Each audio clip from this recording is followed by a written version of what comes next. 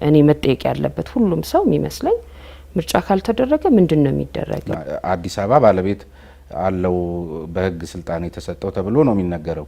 ነገር ግን የስልጣን ዘመኑ አብቅቷል። እነዚህን ችግሮች እየፈጠሯቸውም እያባባሷቸውም ያሉት ኃይሎች ምርጫ ከፊታችን ገለል ስላለ ብለው የሚተውት አልመሰለኝም። ብልጽግና ፓርቲ የሆነበት መንገድ በራሱ ችግር ያለው የምርጫ ቦርድን ህገ ደንብ የጣሰ ህወሓት ኢህአዴግ መፍረስ አልነበረበትም ብሎ አላቀረበም። እኛ ጋር ያቀረበው አቤቱታ ኢህአዴግ ስለፈረሰ ይሄንኑ አውቃችሁ ንብረት አከፋፍሉን፣ የኢህአዴግን ንብረት ልታካፍሉ እንደሆነ ዝግጁ መሆናችሁን በተናገራችሁበት አግባብ የነ ኢዴፓ ንብረት ላይ ምን ነው የሚልም ነገር አብሮ አይታይም። ኢዜማ የፓርቲዎች ውህደት አይደለም እንደምታውቀው። ፖለቲካ እውነትም ነው ውሸትም ነው። መቼስ የዜግነትና የምርጫ ጉዳይ የሚዲያ ባለቤትነትና የምርጫ ጉዳይም በጣም መነጋገሪያ የሆነ ነው። ፓርቲዎች አባላቶቻቸውን ከመመልመል ጀምሮ አመራሮቻቸውን ዜጋ መሆናቸውን አረጋግጠው ነው ማስገባት ያለባቸው። አመራሮቻቸው ምርጫ ጉዳያችን ወደ ምርጫ 2012 ጉዳይ ስንገባ በዋናነት እንግዲህ ከዝግጅት ከህግና ደንብ እንደዚሁም ከፓርቲዎች ከመሳሰሉት ጋር የተያዙ ጉዳዮች ናቸው በመሰረታዊነት የሚነሱት። ስለዚህ ከህግ ከደንብ አኳያ ካሉት ጉዳዮች እንጀምራለን። እንግዲህ ምርጫ ቦርድ ምርጫውን ለማስተዳደር የሚያስችለው የህግና የደንብ ዝግጅት የሚያስፈልገው መሆኑ ይታወቃል። ከነዚህ መካከል ደግሞ አንዱ ህግን የተመለከተ ጉዳይ ነው። ስለዚህ ፓርቲዎችን የተመለከተ አዋጅ ወጥቷል። ነገር ግን ከነዚህ አዋጆች መካከል በተለይ ዋናው አዋጅ በብዙዎች ፓርቲዎች ዘንድ ተቀባይነት አለማግኘቱ እንደዚሁም ደግሞ ከዚህ ከቅስቀሳ ከአስፈጻሚ ምልመላ ከመሳሰሉትንም ጋር በተያያዘ ሊወጡ ከሚገባቸው ደንቦች መካከል ወደ 10 ምናምኖች 8 ያህሉ እንደዚሁ በፓርቲዎቹ ውይይት ተቀባይነት አላገኙምና ከዚህ አኳያ ዝግጁነታችሁ እንዴት ነው የሚለካው? ፓርቲዎች ባልተስማሙበት ጉዳይ ላይ ምርጫን ለማካሄድ ማሰብ በራሱ ልክ ነው ወይ የሚል ነገር ይነሳል በስፋት። እዚህ ላይ ያሉትን ሀሳብ በመስጠት እንጀምር። አመሰግናለሁ ስሜነ። ይቅርታ አድርግልኝና ጥያቄው ራሱ ትንሽ የፍሬ ነገር ጉድለቶች ወይም ስህተቶች አሉ ብዬ ነው የማስበው። 8 ደንቦች ላይ እኛ ባረቅቅ ነው ፓርቲዎች አንስማማም ማለታቸውን አላቅም። ውይይቶች አድርገናል፣ ግን ሙሉ በሙሉ አንቀበላቸውም ብለው ሲናገሩ አልሰማሁኝም። አንዱ የአዲሱን አዋጅ የማስፈጸም በዛ መሰረት ስለሚያሟላቸው በተለይ ቀድመው የተመዘገቡት ስለሚያሟሏቸው አዲስ ሁኔታዎች እሱ ላይ የነበራቸው ቅሬታ እንደነበረ አውቃለሁ። እሱንም ቢሆን ሙሉ በሙሉ አይደለም። ሌሎቹ 7 ሌሎች ደንቦች ላይ ፓርቲዎች በጉልህ አንቀበልም ሲሉን ያልሰማሁኝም። የአዋጁንም ቢሆን እኔ ሌሎችም ይሄ እንግዲህ ጥያቄ ያው ተጠይቆ ተመልሶ እንደገና የሚጠየቅ ጥያቄ ነውና የአዋጁን ጉዳይ ቢሆን አንደኛ በጣም ብዙ እየተደርጎበታል ገና ከመረቀቁ በፊት የረቂቅ ሀሳብ ከመጸነሱም ጀምሮ ማለት ነው። እና ፓርቲዎች አልተቀበሏቸውም ሲባል እንግዲህ የጋዜጠኞች ስራ በተለያዩ የሚዲያ አውታሮች ላይ እነዚህን ፓርቲዎች የሚመሩ ከፍተኛ አመራሮቻቸው በሚሰጧቸው ቃለ ምልልሶች መመልከት የቻል ነው።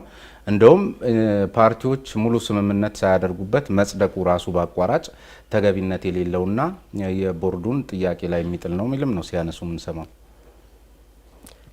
ሙሉ ስምምነት ፓርቲዎች ሊያደርጉበት የሚችሉት ነገር እዚህ ሀገር መኖሩን በጣም እጠራጠራለሁ። ያው እንደምታውቀው ሁላችንም እኔ ጋዜጠኞችም ለምን መልሰው እሱን ጥያቄ ለፓርቲዎች ማቅረብ እንደማይችሉ አላውቅም። እናንተ መልሳችሁ መላልሳችሁ ሳትግባቡባችሁ እርሱ ራስዎት እንዳሉኝ ሳትግባቡ ከቀራችሁ እኛ ደግሞ መልሰን መላልሰን ብንጠይቅ ነውር ስለማይሆን ነው። ለምሳሌ ትናንት በነበራችሁ ውይይት ትናንት ነበር አይደል? ትናንት ከትናንት ወደ ሰሞኑን የሆነ አንድ እንትን ነበረ። አጠቃላይ ከዚህ ምርጫው ይካሄድ አይካሄድ ይራዘም አይራዘም ከሚል ጋር ወቅቱን የጠበቀ ነው አይደለም ከሚል ጋር ፓርቲዎች ብዙዎቹ ምናልባት 6 ፓርቲዎች ቢሆኑ ነው የሚልም ዘገባ ዛሬ ተመልክቻለሁ። ምርጫው በሰዓቱ በሰሌዳው ምርጫ ቦርድ ባወጣው ጊዜ ሰሌዳ መሰረት መከናወን አለበት የሚሉት ሌሎች ወደ 41 የሚሆኑት ደግሞ የተለያዩ ወደ በኋላ ላይ የምናነሳቸውን ምክንያቶች መነሻ አድርገው መካሄድ የለበትም። ስለዚህ አሁን ከአዋጁ ወደ የጊዜ ሰሌዳ ገባን ማለት ነው። ለምሳሌ ነው እንሄድበታለን። አይ እኔ መጠየቁ ጥያቄው መቅረቡ እኮ ስህተት ነው ማለት አይደለም። ግን አሁን ፓርቲዎች ሳይስማሙበት አንድ አዋጅ ጸደቀ ሲባል ወይም አንድ መመሪያ ጸደቀ ይሄ ትክክል አይደለም ሲባል የሚሰማው ሰው አገሩን የሚያውቀው ሰው ፓርቲዎች በብዙ ምክንያት የፖለቲካ ምህዳሩ አዲስ እየተከፈተ ያለ ነው። ሁሉም እንደሚገልጸው በጣም የፖለቲካ መሳሳብ የበዛበት ነው። የፖለቲካ ፍራግመንቴሽን ወይም የመበጣጠስ ሁኔታ ያለበት ነው። እንኳን አይደለም አንድ በመቶዎች የሚቆጠሩ አንቀጽ የያዘ ህግ ቀርቶ በጣም አነስተኛ ነገርም ላይ ፓርቲዎች መስማማት የሚችሉበት ሁኔታ ሳይኖር ምርጫ ቦርድ ብቻ ይሄ አዋጅ ወይም ይሄ መመሪያ ፓርቲዎች እስኪስማሙበት እንዲጠብቅ መጠበቅ የለበትም ማለቴ ነው። መጠየቁ ጥያቄው ምንም ችግር የለውም። ግን ራሱ ጥያቄው ልክ ኦልሞስት ጁዲሻል ኖቲስ በምንወስድበት ወይም ሁሉም ሰው በሚያውቀው ነገር ላይ የተመሰረተ ስለሆነ እንደ ብዙ አከራካሪ አይደለም ለማለት ብዬ ነው።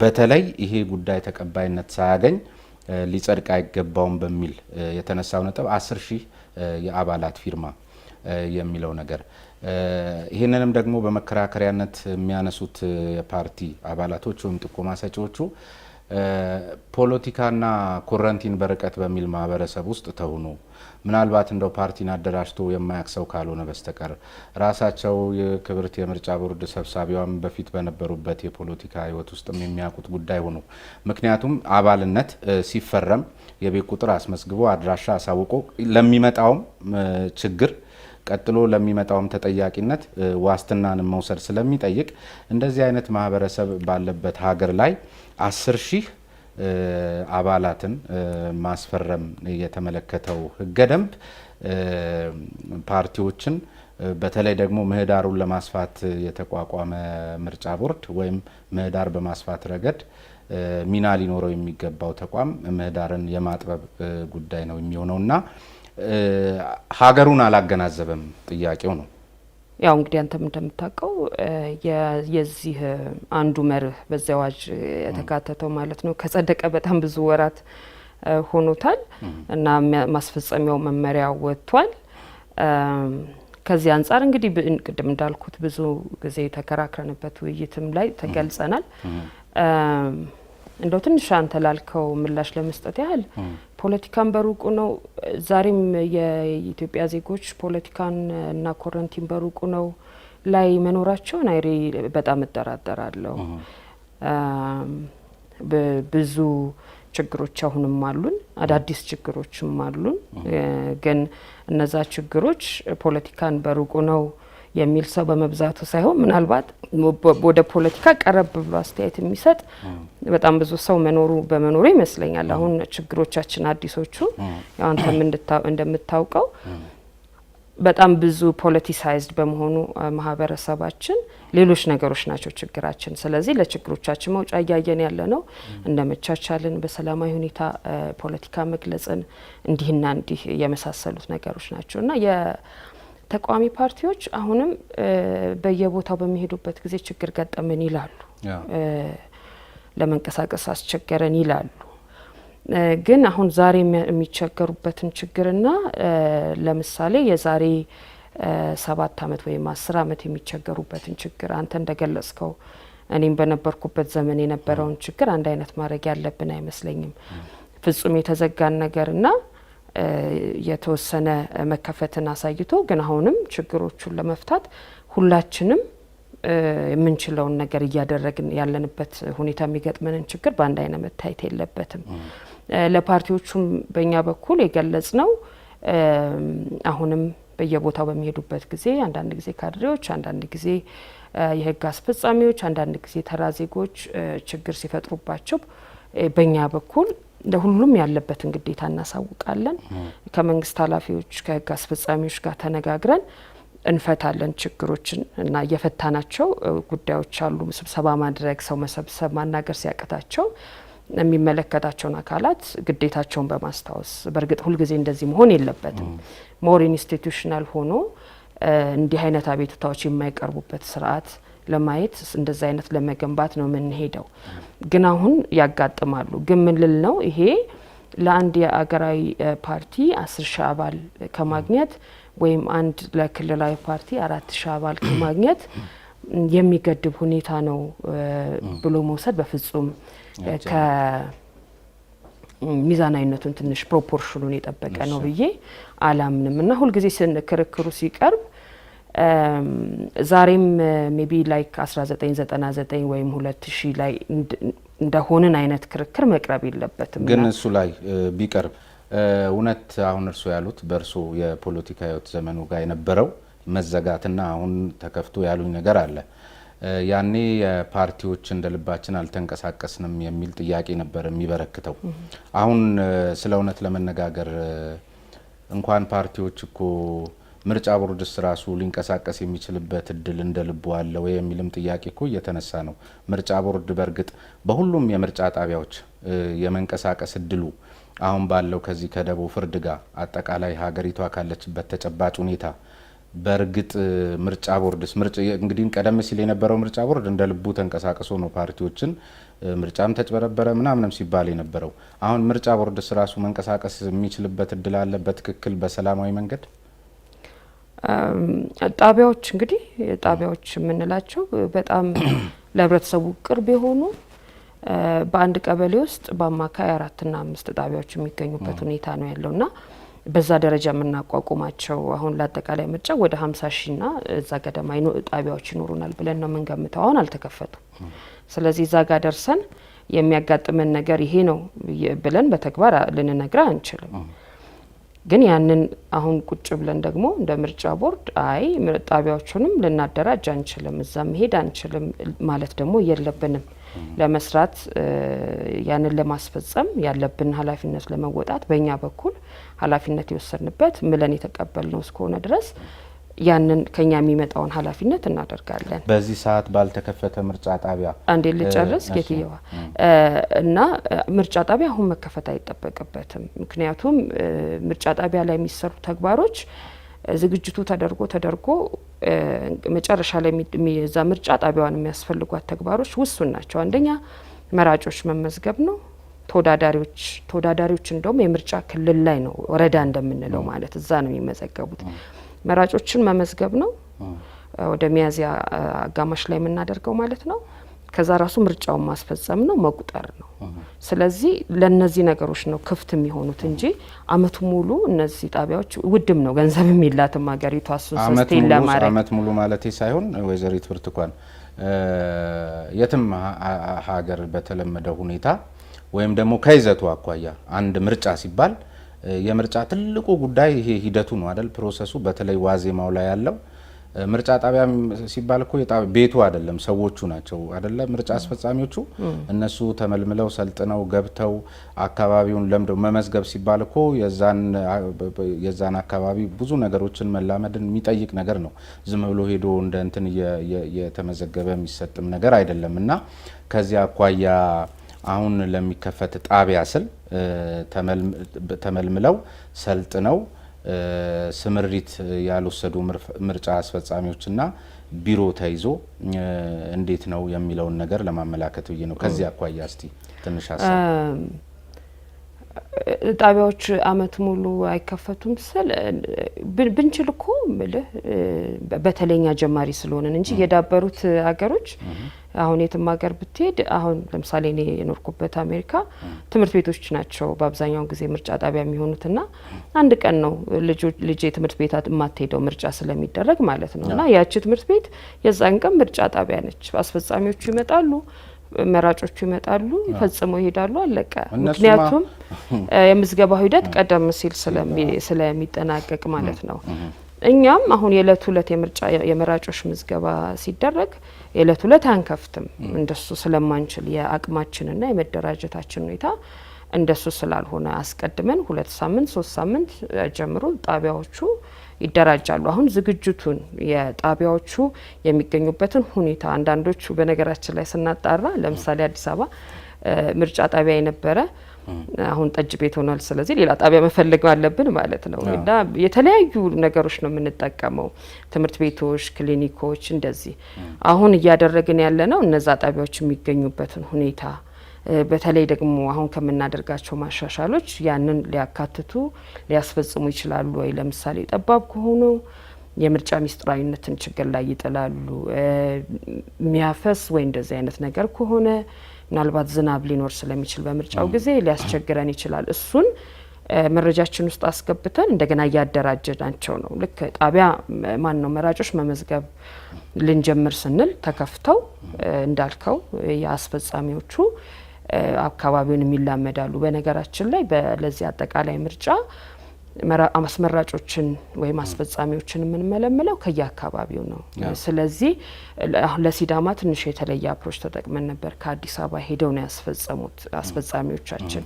ያ ሞር አስቸጋሪ ነው። አሁን ግን ከአካባቢው የሚመለመሉ ቋንቋውን የሚችሉ ምርጫ ቦርድም ደግሞ በ5 ቋንቋ ነው የምርጫ አፈጻጸሙን የሚያደርገውና ከሌላ ቦታ ሄዶ ሌላ ቦታ ማስፈጸም ስለማይችል ያ ጥቅም አለው ማለት ነው። ብዙ የመላመድ ነገር አይኖርም እና ምለው ነገር ልክ ባጠቃልልልህ ጣቢያዎቹን የማደራጀት ዝግጅት እያደረግን ነው።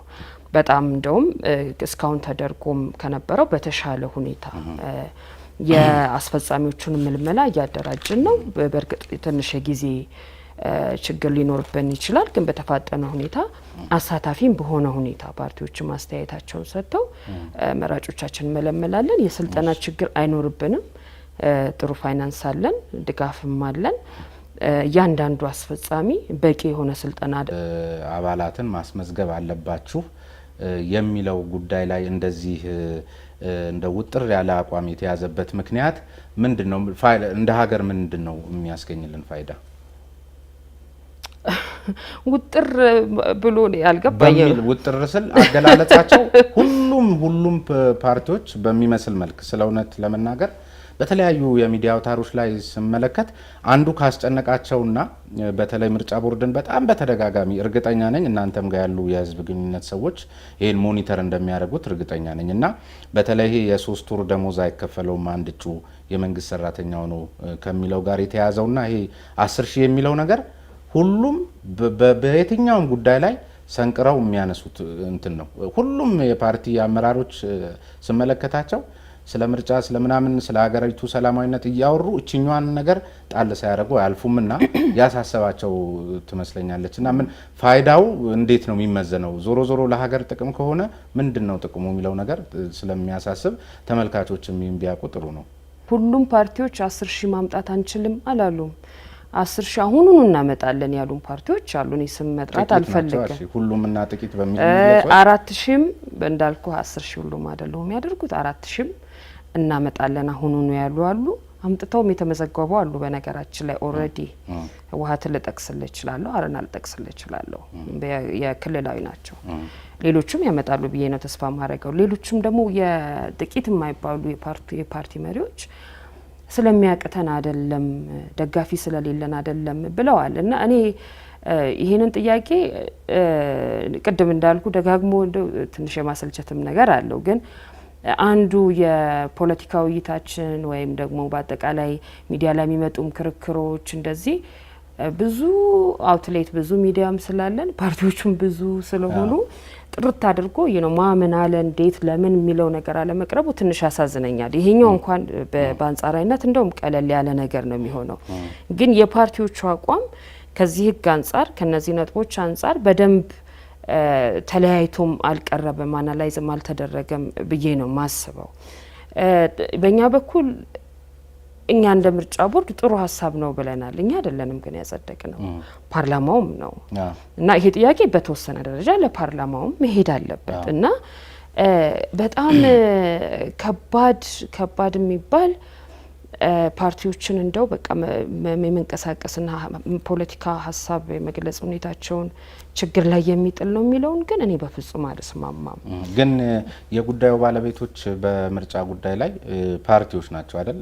የጉዳዩ ባለቤት የሚሆኑት ቀራቢ ባለቤቶች ፓርላማው ያጸደቀውን ሁሉ መውሰድና መቀበል አለብን የሚለው ነገር እኮ ከዚህ ቀደምም ሁሉም አካል በየደረጃው ሳይወያይበት በፓርላማ እየጸደቀ ህዝብ ላይ የሚጫን አዋጅ ያስጨነቀው ህብረተሰብ ነው ለለውጥ ሲነሳ የነበረውና በተመሳሳይ መልኩ አሁንም ፓርላማ ስላጸደቀ የሚል የህግ ከለላ እየተጠቀሙ መሄድ ተገቢነቱ ምን ያህል ነው? የጉዳዩ ባለቤቶች ፓርቲዎች ናቸው ሲናገሩ የሰማሁት። እንደዚሁ የፓርቲ አንድ አመራር ምርጫ ቦርድ ያለ ስራው ገብቶ ነው እንጂ በዋናነት እቺን ነገር የፈለጋት የፓርቲዎችን ቁጥር ለመቀነስ የሚል ነው። እንደ አጀንዳ እዚህ ሀገር ላይም የፓርቲዎች መብዛት ፋይዳ የለውም ከሚል አኳያና በሀሳብ የሚከራከሩ ጥቂት ፓርቲዎች በቂ ናቸው ለሀገር ጥቅም ከሆነ የሚል ነገር ሲነሳ ስለነበር የፓርቲዎችን ቁጥር በተገቢው መንገድ የሀሳብ ፖለቲካን በመገንባት ማምጣት ሲቻል በአቋራጭ በአዋጅና በደንብ የፓርቲዎች ቁጥርን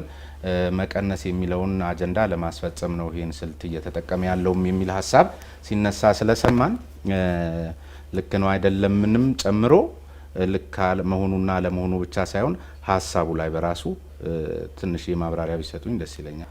ፓርላማ ስላጸደቀው ያልከውን እውነት ለመናገር ቅድም ያልኩት ነገር እንደው ለፍርድ እንደራስ ነው ይላል የሀገራችን ሰው አይደለ?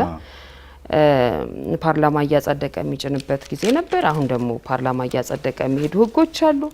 ሁለቱን አንድ ላይ እንደዚህ ማድረግ እውነት በጣም ተገቢ አይደለም። ምክንያቱም እናውቀዋለን ያኛውን በዛኛው ጊዜ የተደረገውን ነገር በዚህኛው ጊዜ የሚሆነውን ነገር እናውቃለን። እያንዳንዶቹ የኛ ህግ ብቻ ሳይሆን የምርጫ ህግ ብቻ ሳይሆን ሌሎችም የአዲስ ማሻሻያን የሚመለከቱ ህጎች ብዙ የሚመለከታቸው ባለ ጉዳዮች ሀሳብ እንዲሰጡበት ብቻ ሳይሆን የሰጡትን ሀሳብ እንዲካተቱበት አንዳንዱ ቦታ ላይ እንደውም ለምሳሌ ሚዲያ ማሻሻያን ብታይ በሚዲያ ስራ ላይ በሚዲያ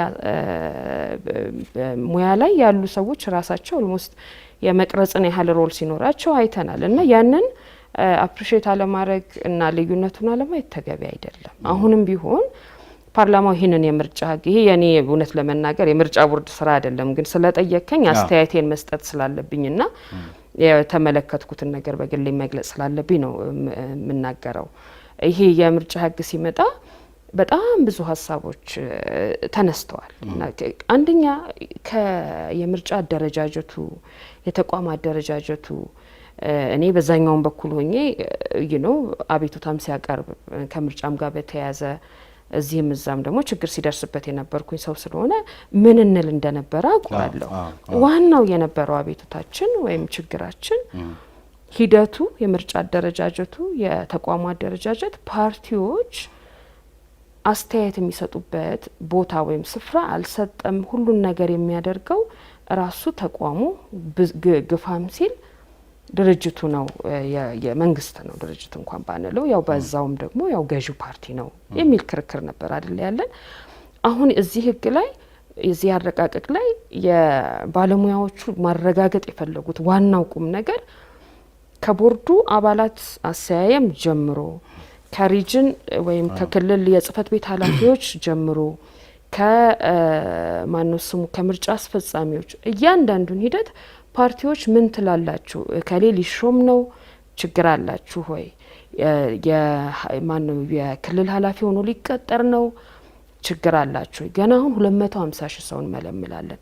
የዛን ጊዜ ራሱ ፓርቲዎቹ አብረው ተሳታፊ ይሆናሉ። ይሄ ትልቅ ማሻሻያ ነው። ፓርቲዎቹ ራሳቸው አስተያየት በሰጡበት አርቃቂዎቹም የተቀበሉት ፓርላማው መጨረሻ ላይ ያጸደቀው።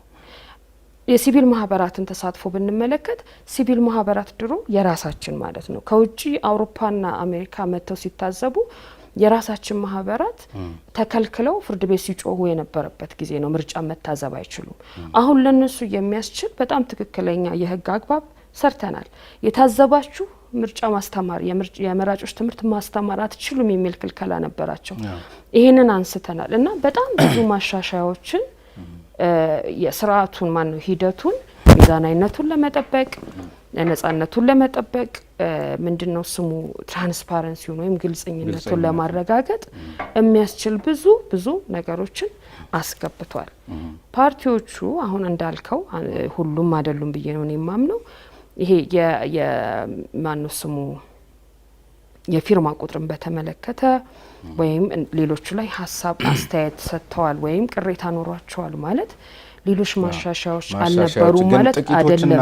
ብዙዎች የሚለው ላይ እችኛዋንም ደግሞ ግን አድሬስ ላድርጋት ደጋግሜ አንስቼዋለሁ።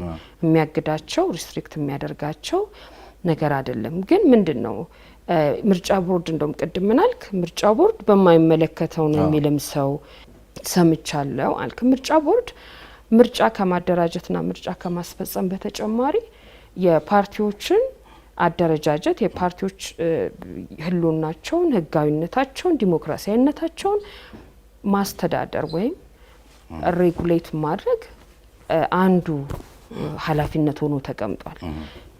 በነገራችን ላይ ሌላ ተቋም ቢሰራው ራሱ ጥሩ ሊሆኑ ላይ ይችል ነበር ብዬ አስባለሁ እኔ በግሌ ብትጠይቀኝ። ምክንያቱም በዚህ በኩል የፓርቲ መቋቋምን ሬጉሌት ታደርጋለህ፣ እንደገና ምርጫ ታስፈጽማለህ። ስለዚህ አሁን ባየሁት እዚህ ጋር ያላቸው ክርክር ወደዚህኛውም ይዛወራል ማለት ነው።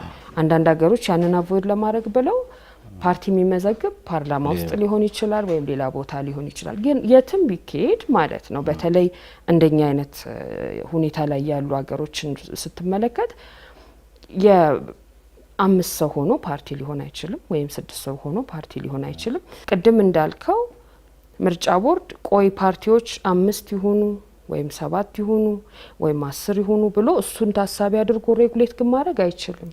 በህጉ ላይ የተቀመጠ አነስተኛውን በጣም ሚኒመም የሚባለውን ሪኳየርመንት ነው ያስቀመጠው።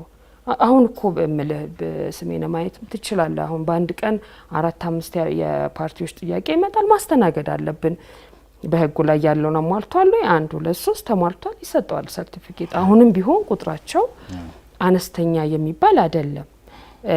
ግን በፍላጎታችን ያንን ቁጥር እኛም አንችልም። ቅድም እንዳልከው ደግሞ ገዢም ፓርቲ የሚል ነገር ገልጸሃል። ገዢ ፓርቲም አይችልም መቻልም የለበትም። ግን ደግሞ በሌላ በኩል ፓርቲዎች እንደ ፓርቲ ለመቆጠርና እንደ ፓርቲ ትሪት ለመደረግ ማሟላት የሚገባቸው ሚኒመም ነገር መኖር አለበት እና ያንን ነው ያደረገው ህጉ ማለት ነው። እሺ ምርጫ አስፈጻሚነት በራሱ አሁን በዚህ ሀገር ተጨባጭ ሁኔታ ፖለቲካ ነው የሚመስለው ወይም እንደ ፖለቲከኛ ነው የሚታየውና ያ ምርጫ አስፈጻሚ ሆኖ የሚሄደው ሰው ስለዚህ አንዳንድ ጊዜ ሰውየው ምርጫ አስፈጻሚ መሆኑን ያውቀዋል፣ ግን ደግሞ በሌሎች ዘንድ ሲታይ እንደ ፖለቲከኛ ነው የሚታየው። ስለዚህ አንድ ከፖለቲከኞች ውስጥ ያለው ግብግብ እዛም ጋር ሊገጥም ስለሚችል ፍራቻው አለ። ቀደም ሲል እርስዎም እንደገለጹልኝ ወደ 250 ሺህ ምርጫ አስፈጻሚዎች ያስፈልጋሉ። እውነት አሁን ከኢህአዴግ ወይም ቀደም ሲል ከነበረው ስርዓት ንክኪ ነጻ የሆኑ 250 ሺህ ድረስ የምርጫ አስፈጻሚ አካላትን ማግኘት እንደዚህ በቀላል የሚታሰብ ነው ወይ? ይቻላል ወይ? እንግዲህ አሁን ያው ያንተ ጥያቄ መነሻ እንደሚያደርገው በትክክለኛ ሁኔታ የነበርንበት ሁኔታ ነው። ሰዎችን አስፈጻሚዎችን ላለማመን ወይም የማስፈጸም ስራ ከፖለቲካ ንክኪ ጋር ይያያዛል ብሎ ለመገመት ለመጠራጠር ምክንያት የሚሆናቸው ማለት ነው። ያንን እኛም እንረዳለን። ስለዚህ ያው በሂደት ይህንን አሉታዊ የሆነ አመለካከት ከመሬት ተነስቶ በውሸት የመጣ ነገር ስላልሆነ ለማስተካከል ልንወስድ የምንችላቸውን እርምጃዎች ለይተን እንወስዳለን። አንደኛው ቅድም እንዳልኩት አመላመሉ ላይ ገዢው ፓርቲ ብቻ ሳይሆን ተቃዋሚዎቹም እንዲሳተፉበት ማድረግ ነው። ሁለተኛ ደግሞ የሚመለመሉት ሰዎች ገለልተኝነታቸውን እንዴት ነው የሚጠብቁት? ችግር ቢያጋጥማቸው ወይም ወደዚያ ዘንብል ወደዛ ዘንብል የሚል ነገር ቢመጣ ራሳቸውን ፕሪንሲፕላቸውን ጠብቀው ማስፈጸም የሚችሉት እንዴት ነው? ምን ጥንቃቄዎችን ማድረግ አለባቸው? ለማመን ምላሽ መስጠት አለባቸው የሚለውን በዝርዝር እናሰለጥናቸዋለን። ግን የነሱ ገለልተኝነት በነሱ ላይ ብቻ የሚንጠለጠል አይሆንም ነው። እነሱ በገለልተኝነት ለማስፈጸም ፍጹም ፈቃደኛ ሆነው ምርጫ ጣቢያ ውስጥ እንግዲህ ብዙ ሰዎች ይኖራሉ። አሁን የፓርቲ ወኪሎች እንዲገኙ እንፈልጋለን። በጣም ብዙ ችግር ነበረባቸው ከዚህ በፊት ወኪሎቻቸው እንዳይገቡ። አሁን 97 ላይ ዋና ችግር ነበረ። አሁን ፓርቲዎች የሚወዳደሩ ፓርቲዎች በሙሉ ወኪሎቻቸው እዛ እንዲገኙ እንፈልጋለን። ታዛቢዎች እንዲገኙ እንፈልጋለን። ይኖራሉም ብለን ነው የምናምነው እና እነሱም የአስፈጻሚዎቹን ውሳኔ መስጠት ኦቶኖሚ ወይም ገለልተኝነት ማክበር አለባቸው ነው። ተጽዕኖ ወደዛ ወስን ወደዛ ሂድ የሚለውን ነገር ሊያመጡ ይችላሉ እና እነሱም ያንን ጥንቃቄ እንዲያደርጉና ኃላፊነታቸውን እንዲወጡ የሁሉንም የሚገዛ ለየራሳቸው የስነ ምግባር መመሪያ አውጥተናል። አንዱ ከየተነጋገርንባቸው ካሉት ሰነዶች እነሱን የሚመለከት ነው። ታዛቢዎችንም ኢቭን የሚዲያ ሰዎች አንድ የሚዲያ ሰው ጣቢያ መግባት ይችላል። እኛ ፈቃድ እስከሰጠነው ክሬዴንሻላችንን ይዞ ግን የተመለከተውን ነገር ለአስፈጻሚው እባክህ እዚህ ጋር ችግር አይቻለኝ ብታስተካክሉ ጥሩ ነው ብሎ ቀስ ብሎ መንገር ይችላል።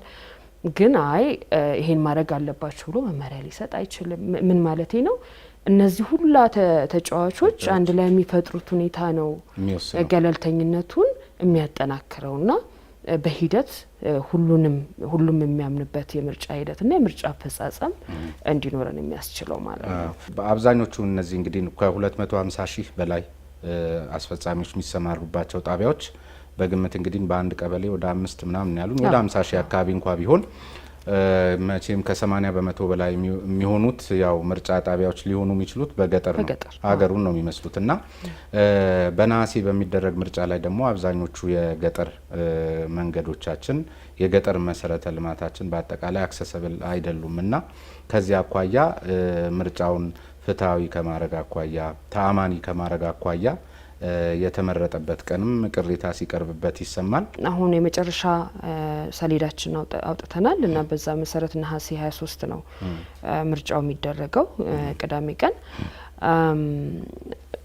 እንግዲህ ለደጋግመን ለማስረዳት እንደሞከር ነው ግንቦትም ላይ ሰኔም ላይ እንፈጽም እንችል እንደሆነ ብለን በጣም ብዙ ሙከራ አድርገናል። ዝግጅቶቻችን ይጠናቀቁልናል ወይ? ተቋማዊ ዝግጅታችን፣ የቁሳቁስ ዝግጅታችን፣ የህግ ዝግጅታችን እነዚህ ሁላ ተጠናቀው በዛ ጊዜ ይደርሳሉ ወይ? የኛ ዝግጅትን ብቻ ሳይሆን የፖለቲካ ፓርቲዎቹ ዝግጅትስ በህጉ መሰረት ማሟላት የሚገባቸውን አሟልተው ተዘጋጅተው ይደርሳሉ ወይ የሚለውን እያየን አትሊስት በትንሹ መሟላት ያለባቸው ነገሮች መሟላት አለባቸው አይደለ? ዝም ብሎ በቀኑ ለማድረግ ብቻ ብለህ አንድ ምርጫ ብታደርግ ሎጂስቲክሱ በትክክል ካልተሰራ ሂደቱ በትክክል መፈጸም ካልቻለ ምንም ዋጋ የለውም እና ቢያንስ አስፈጻሚዎቹ ማወቅ ያለባቸውን አውቀው ምልመላው በትክክል ተካሂዶ ቅድም እስካሁን የተባባልናቸው ነገሮች ሁሉ በሂደት ተፈጽሞ በግንቦት በሰኔ የሚቻል አልሆነም። ጊዜው ሊበቃ አልቻለም ማለት ነው። ስለዚህ እንግዲህ ሌላ ያለው አማራጭ ከዝናብ ጋር ተያይዞ የሚመጣውን ነገር አቮይድ ለማድረግ ወደ መስከረምና ጥቅምት መሄድ ነው። እሱን ደግሞ ማድረግ አልቻልንም፣ አንችልም። ለምን አይቻልም? አዎ ለምንድን ነው የማይቻለው? እንግዲህ የኢትዮጵያ ህገ መንግስት ተሰናባቹ ፓርላማ ሄዶ አዲሱ ፓርላማ ከመተካቱ በፊት ከአንድ ወር አስቀድሞ አጠቃላይ ምርጫ መደረግ አለበት ብሎ ደንግጓል እና ይሄ እንትንስ ማድረግ አይቻልም? እዛው ህገ መንግስቱ ላይ ሁለት አማራጭ አለ። ለምሳሌ የአንድ የፓርላማ የስራ ዘመን ማብቂያው ነው እንጂ ሰኔ 30 መጀመሪያው መስከረም 30 ነው። ስለዚህ 5 አመቱ መጠናቀቂያን እስከ መስከረም 30 ግምት ውስጥ ከቶ ማድረግ የሚቻልበት ወይም ደግሞ ያን ፓርላማ በትኖም እስከ 6 ወር ማራዘም ለክቡር ጠቅላይ ሚኒስትሩም የተሰጠ በህገ መንግስቱም ላይ እንደዚህ አይነት ኦፕሽኖችም ያሉ ይመስለኛል። እሱንስ ማየት አይቻልም ነበር? በነገራችን ላይ አሁን አንተ ያልከውን የመስከረም 30ውን ወስደን ነው እንግዲህ ሰኔ 30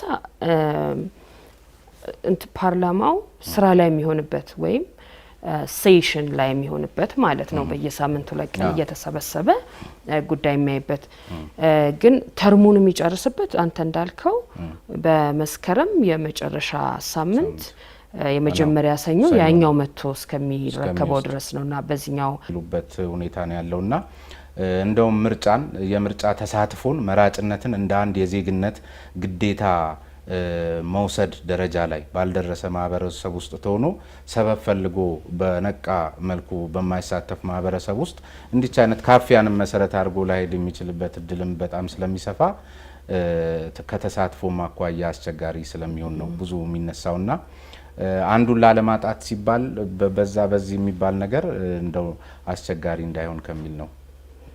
አንተ እንዳልከው ስሜነ የዝናብ ሁኔታ የሚፈጥራቸው ችግሮች ወይም ያለ ችግር የሚያልፍበት ቦታ ሊኖር ይችላል። ሀገሩ ላይ በተለያየ ቦታ የተለያየ ሁኔታ ነው። አሁን ዝናብ የማይኖርበት በፍጹም ምንም ዝናብ የማያገኝበት ክፍልም አለ። ሶማሌ ምንም ዝናብ የላቸውም። አፋር የተወሰነ ክፍሉ የዛን ጊዜ ዝናብ አያገኝም። በነገራችን ላይ አሁን ደግሞ የያዝነው የመጨረሻው የነሐሴ ሳምንት በተለይ በሰሜን በኩል የተወሰነው የትግራይ ክፍል የተወሰነው የአማራ ክፍል በተለመደው ያዘናነብ ሁኔታ እስካሁን የነበረውንም ዴታ ብንመለከተው በዛን ጊዜ ዝናብ መውጣት የሚጀምርበት መቀነስ የሚጀምርበት ጊዜ ነው። አንተ ያልካቸው በጣም አስቸጋሪ ሁኔታዎች የሚፈጠሩባቸው የጎርፍ ከአንዱ ቦታ ወደ አንዱ ቦታ መንቀሳቀስ የማይቻልባቸው የተለየ እቅድ ለማውጣት እየሰራን ነው። የዚህ የአደጋ ዝግጁነት ኤጀንሲ አለ። እነሱ ብዙ ጊዜ የሰሯቸው ከጎርፍ ተጋላጭነት ጋር አገሪቷ እንዴት እንደሚያዋት የመንገድን በተመለከተ ደግሞ የአውራ ጎዳና ባለስልጣን እነዚህን ኤጀንሲዎች በሙሉ አንድ ላይ አሁን እያገኘናቸውና ትልቅ አናሊሲስ በደንብ አገራችን ያኔ ምን አይነት ሁኔታ ነው የምትሆነው በየቦታው ማለት ነው። ያው የተለያየ ነገር ስለሚሆን የኛ እቃዎችን ስናንቀሳቀስ ሎጂስቲክሱ ችግር ሊያጋጥመን ስለሚችል ካሁኑ እንዳልኩት እያንዳንዱን የአገሪቷን ክፍል እንዴት ነው ያኔ ሊኖረው የሚችለው ሁኔታ ብሎ በጣም የተሳካ የሙቭመንት ፕላን የሎጂስቲክስ ፕላን አውጥተን እኛም ጋር በሌለው ነገር ሌላ ቦታ ሲባል የመንግስት ካፓሲቲን ተጠቅመን ከሚመለከታቸው ጋር ተጋግዛችሁ አማካይ የበፊቶችን ማየታችሁ በጥናት ላይ ተመሰረተ ነው። ልክ ነው። ያው ከዚህ ውጭ አማራጭ የለም ነው። እሺ ሌላ ጉዳይ ሎጂስቲክስን በተመለከተ ማንኛውም የምርጫ ቁሳቁስ በተቻለ መጠን ከውጪ አካል ንክኪ ነጻ መሆን መቻል አለበት። ከምርጫ ተአማኒነት እውነተኛነት ጋር ተያይዞ በተለያዩ ሀገራትም ሌሎች የዓለማችን ክፍሎች ላይ ከዚህ ጋር በተያያዘ ብዙ የምርጫ ውዝግቦችን ተመልክተናልና እናንተም ከአንድ ኤሚሬትስ ከሚገኝ ኩባንያ ጋር ተፈራርማችኋል። ገዢው ፓርቲም በጣም የጠበቀ ወዳጅነት ወደዚያ አካባቢ አብዝቷል። እናንተም ከዚያ አካባቢ ኩባንያ መርጣችኋል። ምንድን ነው ይሄ ነገር? ለምንስ ነው የተፈለገው? አንደኛ ከውጭ ንክኪ ለምን ነጻ ማድረግ አልተቻለም? ሁለተኛ አስፈላጊም ሆኖ ከተገኘ ምንድን ነው ወደዛ ወደ ኤሚሬትስ አካባቢ እየተደረገ ያለው ሩጫ የሚልም ነገር እየተነሳ ነው። ሩጫ አልመሰለኝም፣ እርምጃ ነው እሱ። እሺ ቀመቀለዴ ነበር። እሺ ችግር የለውም። ለተመልካቾች ብርቱካን በጣም ቀልድ የስነ ጽሁፍ ሰው ስለሆነች ነው። እሺ አንዳንዱ አባባል ነው እዚህ ስለሚገርም ነው። ሰምቼዋለሁ ከዚህ ቀደምም በሁለት በኩል ከፋፍዬ ሊየው መሰለኝ። አንደኛ ነገር የምርጫ ቁሳቁስ ከውጪ ንክኪ ነጻ መሆን አለበት። ትንሽ የተጋነነች መሰለችኝ ያንተ አባባል። አዱ ነው ንክኪ ነጻ የሚባለው ነገር የኔ አባባል አይደል። የብዙዎች የፓርቲዎች የህብረተሰቡ የተለያዩ ዘገባዎች ማለት ምንድነው አሁን ባለንበት ሁኔታ ኢትዮጵያ እየኖርን ከውጪ ነገር ጋር ምንም ሳይነካካ ሊደረግ የሚችል ነገር የለም እና መንግስት ስንተኛውን ነው በጀቱን በድጎማ የሚያገኘው? ሌሎቹ እንቅስቃሴዎች በጣም ብዙ ነገሮችን መነጋገር እንችላለን እና ያው ምኛን ማለት ነው። ግን ደግሞ አሁን ባለንበት ሁኔታ ግሎባልም ስለሆነ ብዙ ነገር ምንም ነገር አይነካካ መባል አይቻልም። ዋናው ነገር ግን የምርጫው ፍትሃዊነትና እንትን ላይ ልመጣ ነው ወደሱ ልመጣ ነው። ግን ምንድነው በነገራችን ላይ መነካካት አለመነካካት ትለው እንደሆነ አላውቅም። በጣም ብዙ አጋዦች አሉን። በዚህ ምርጫ የሚያግዙን ዶነሮች አሉ። የአሜሪካ መንግስት ያግዘናል፣ አውሮፓዎች ያግዙናል፣ ሌሎችም ሀገራት እንደዛው የተለያዩ ደግሞ ዓለም አቀፍ ኤንጂኦዎችም ያግዙናል። በቴክኒክም ያግዙናል፣ በገንዘብም ያግዙናል። በሱ ደግሞ በጣም ደስተኞች ነን። ምክንያቱም አንደኛ ያለውን የለውጥ ኦፖርቹኒቲ ስኬታማ እንዲሆን ለማገዝ በዛ ፍላጎት ነው ሁሉም ወደኛ የመጡት። ግን በሌላ በኩል የምርጫ ሂደት የሀገር ሉዓላዊነት መገለጫ፣ የዜጎች ወሳኝነት መገለጫ፣ ዜግነት በቃ ምንም ሳይሸራረፍ ሊገለጽ የሚችልበት ነገር ሀሳብህን ውሳኔን የሚገልጽበት ምርጫ እንደሆነ እናውቃለን። ስለዚህ ይሄን ሂደት አጋዦቻችን ሁላ መጥተው እንደፈለጉ ወደዚህ ወደዛ የሚያደርጉት መሆን እንደሌለበትም እናውቃለን እና ባለን ግንኙነት በሙሉ እኛ የምርጫ ሂደታችን ምን መምሰል እንዳለበት የተሳታፊዎቹን በምን አይነት ሁኔታ በፍትሃዊነት ማገልገል እንዳለበት ዜጎች ምን አይነት መብት እንዳላቸው እና ያንን ለማረጋገጥ ደግሞ ምን አይነት ማሻሻያዎች ማድረግ እንዳለብን ቦርዱ ራሱ ነው የወሰነው። ግን ያንን ሁላ ለማድረግ አቅም የለንም፣ ገንዘብ የለንም። ስለዚህ እገዛ እናገኛለን። ያንን ደግሞ በፊት ለፊት የምናስቀምጠው ነገር ነው። ሶ ይሄ በዛ በኩል መጀመሪያ ይቀመጥ። ስለዚህ ምንም አይነት ተጽዕኖ እንዳይኖር እንሰራለን። ወደ ቅድም ወደ አነሳው ወደ ግዢው ነገር እንምጣ። ኤሚሬትስ በነገራችን ላይ ኤሚሬትስ መሆኑ ቀርቶ ደቡብ አፍሪካ ሊሆን ይችል ነበረ። የግዢውን የፈጸምነው የመራጮች ምዝገባ የምናከናውንበት ሰነዶች፣ ያንን ሰነዶች ደግሞ ከቦታ ቦታ ስናጓጉዝ አላግባብ የማይመለከታቸው የግለሰቦች እጅ እንዳይገባ ደግሞ ቢያገኙት በአጋጣሚ ደግሞ እንዳያባዙት ቢያባዙት የኛ የሆነውና አውቴንቲክ የሆነውና ያልሆነው እንዲለይ ከዚህ በፊት የነበሩት ደግሞ የምርጫ ቁሳቁሶች ላይ ያየናቸው ችግሮች እንዳይኖሩ ከፍ ያለ ስታንዳርድ ለመጠቀም ብለን ውጪ አድርገናል። አንደኛው ምክንያታችን ይሄ ነው። ሁለተኛው ደግሞ ምክንያታችን እንደምታውቀው የተቋሙ ማሻሻያ እየተደረገ ቆይቷል። ጎን ለጎን ደግሞ ለምርጫ እየተዘጋጀን ነው። ይሄ ህትመት መደረግ ያለበት እንግዲህ ለ50 ሺህ ገደማ ለሚሆኑ ጣቢያዎች ለ50 ሚሊዮን ለሚደርሱ መራጮች ምዝገባ ልናከናውንበት የሚችለውን ቁሳቁስ በዚህ አጭር ጊዜ ውስጥ አትሞ የሚሰጠን የሀገር ውስጥ ማተሚያ ቤት እንደሌለ ስላወቅን ነው። ከዚህ በፊት የተደረጉትን ህትመቶች እንዴት እንደተከናወኑ አጥንተናል። እኔ ኃላፊነት ከወሰድኩኝ ጊዜ ጀምሮ ይሄንኑ ስናጠና ነው የቆየ ነው። በፊት የነበረው ሂደት በነገራችን ላይ ሎጂስቲክስ ዋይዝ ቀላል ነበረ ለምርጫ ቦርዱ። ምክንያቱም ፉክክሮቹ አነስተኞች ናቸው አይደለ? አነስተኛ ፉክክር ሲሆን የዝግጅት መጠን አነስተኛ ነው። ማኔጅ ለማድረግም ትንሽ ቀለል ይላል። እንደዛም ሆኖ በፊት የነበረው ምርጫ ቦርድ ቁሳቁሶቹን የት ያሳትማል?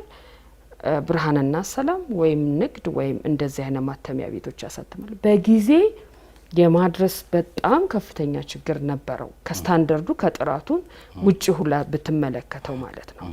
ስለዚህ በዚህ ጊዜ ውስጥ ይሄን ያህል አድርግልን ብለን በጊዜ ሊያደርስልን የሚችል አካል ባለመኞታችን ውጪ ህትመቱ እንዲደረግ ወሰንን።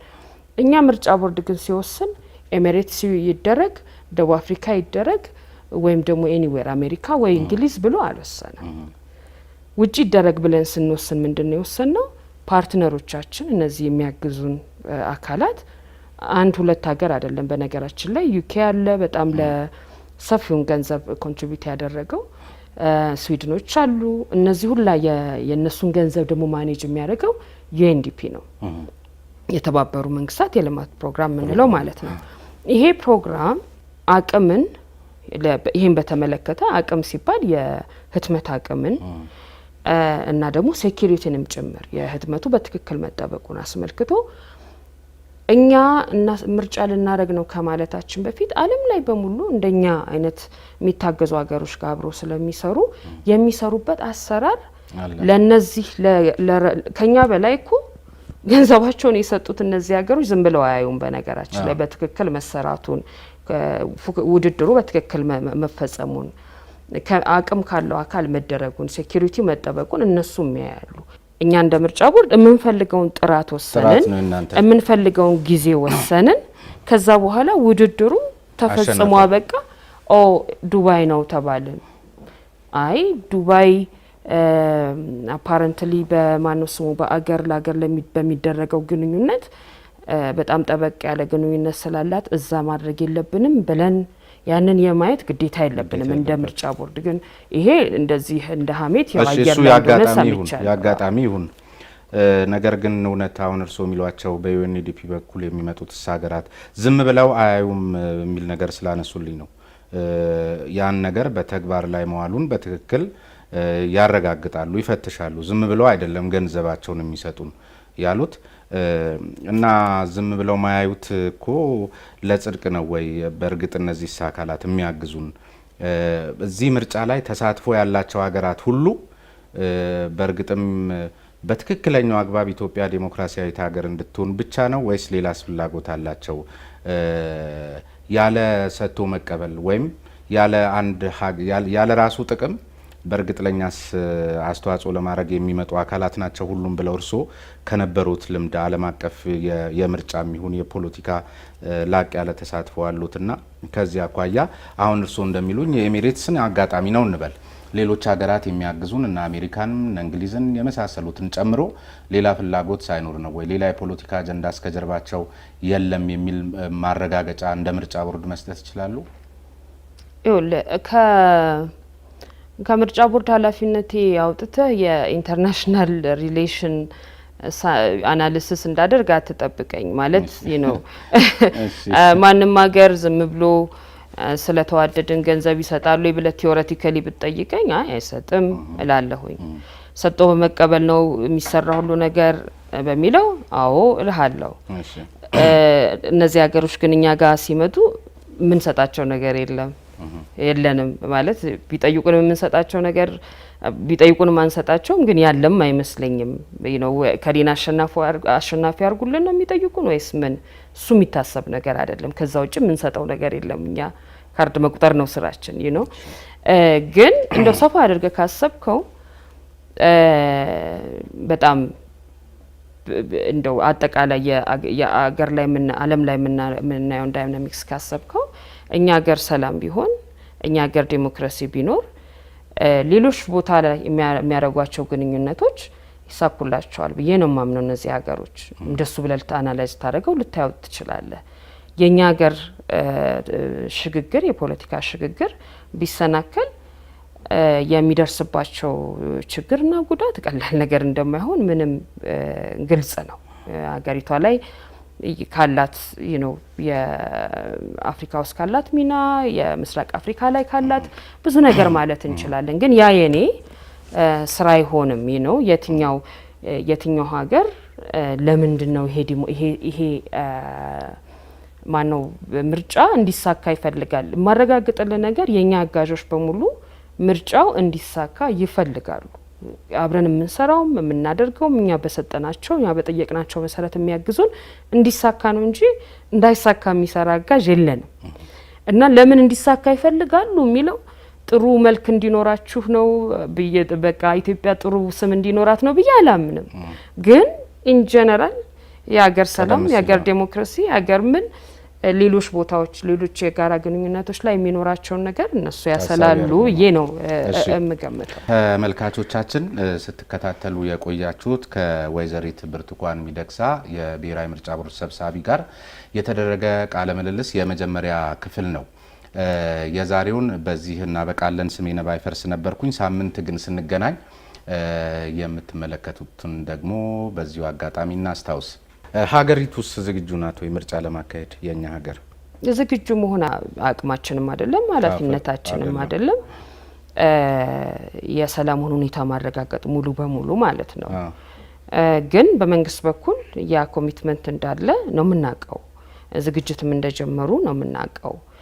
ሞር ያላቸውን ዝግጅት ምን አይነት ሰላምን የማስፈን ሰው በነጻነት እንዲመርጥ ሊያደርግ የሚችል ሁኔታ ለመፍጠር በዝርዝር ወደፊት ራሳቸው የሚያሳውቁት ይሆናል። እኛ ግን ከነሱ የምንጠብቀው ከመንግስት የምንጠብቀው ኃላፊነት አለ። የፌዴራል መንግስቱም የክልል መንግስታቱም ህግን ከማስከበር አኳያ የመንቀሳቀስ መብትን የፖለቲካ እንቅስቃሴ ማድረግ መብትን ከማረጋገጥ አኳያ ያላቸውን ግዴታ በተሻለ ሁኔታ እየተወጡ እስከ ምርጫው ጊዜ ድረስ የተሻለ ሁኔታ አብረን እንፈጥራለን ብዬ አምናለሁ። ግን እኮ የሀገሪቱ ጠቅላይ ሚኒስትር ሰሞኑን ለፓርላማ ንግግር ሲያደርጉ ወይም ለቀረበላቸው ጥያቄ ማብራሪያ ሲሰጡ እቺ ሀገር መቼ ሰላም እንደምትሆን ማንም አያውቅም እኛም አናውቅም አይነት ነገር ነው መልስ የሰጡትና በአደባባይ በተለይ ከዚህ ከፓሪስ ስምምነት አኳያ የትም ምርጫ የሚካሄድበት ሀገር ላይ አንድ መንግስት ለመራጩም ለተመራጩም ሊሰጥ ከሚገባ ዋስትና አኳያ ይሄ እሳቸው ንግግርም ደግሞ እንደገና በዚህ ሰዓት ላይ ሲደመጥ ሀገሪቷ ዝግጁ ናት ወይ የሚለው ነገር ጥያቄ ውስጥ ስለሚወድቅ ነው ያነሳሁት። እውነቴ ነው ስሜነ። ጠቅላይ ሚኒስትሩ በምን አይነት አግባብ ምን ለማለት ፈልገው እሱን እንዳሉ እኔ ሙሉን ነገር አላየሁኝም ና የእሳቸው ኮሚኒኬሽን ክፍል ቢጠየቅ ማብራሪያ ቢሰጥበት መልካም ነው። ግን ምንድነው ሁላችንም እዚህ ሂደት ውስጥ የምርጫው ሰላማዊነት እንዲረጋገጥ ምርጫ ቦርድም ማድረግ ያለበትን መንግስትም ፖለቲካ ፓርቲዎቹም ማድረግ ያለባቸውን ነገር አለባቸው። ግን እኔ የምልህ ከዚህ ጋር በአጠቃላይ ጉዳዩ የሚመለከታቸው አካላት በሙሉ ፓርቲዎችም ሌሎች ምንድነው የምትሏቸው አክቲቪስትም ሊሆን ይችላል የሀሳብ ሰጪ በተለያየ ሁኔታ የህብረተሰብ ክፍሎችን የሚመሩም ሰዎች መጠየቅ ያለባቸው ነገር የሚመስለኝ ምንድነው ምርጫ ካላደረግን እዚህ ሀገር ምንድነው የምናደርገው? ምርጫ ይደረግ የሚል ነገር አስተያየት ሲሰጥ እኔ መጠየቅ ያለበት ሁሉም ሰው የሚመስለኝ ምርጫ ካልተደረገ ምንድነው የሚደረገው? ገብቶኛል። ግን ምንድነው ስሜነ የስልጣን ቅቡልነት ወይም ሌጂቲመሲ የምትለው በታሪክ ውስጥ በተለያየ ሁኔታ እየመጣ ቆይቷል አይደለ? አሁን እኛ ሀገር እግዚአብሔር ስለላከኝ ነው ብለው ንጉሱ ገዝተዋል። የተወሰነ ሰው ልኳቸው ነው ጸጉራቸው ቢጎድል እኮ አገሪቷ እንዴት እንቀጠቀጣለች ብሎ አስቦ በውስጡ ተቀብሎ ሰርቷል ለተወሰነ ጊዜ አይደል? አሁን ሌላ ቦታ ነን ያለ ነው። ስልጣንን ማረጋገጫ ወይም ሌጂቲማይዝ ማድረጊያ አንድ ሰው የመንግስትን ማሽን አንስቶ እኔ ስርዓትን የማስከበር ህግን የማስከበር እንዲህ የማድረግ መብት አለኝ ብሎ በእኛ ላይ ሲሰለጥን ማለት ነው። ያንን ቅቡልነት ከየት ሊያመጣ ነው ምርጫ ካልተደረገ?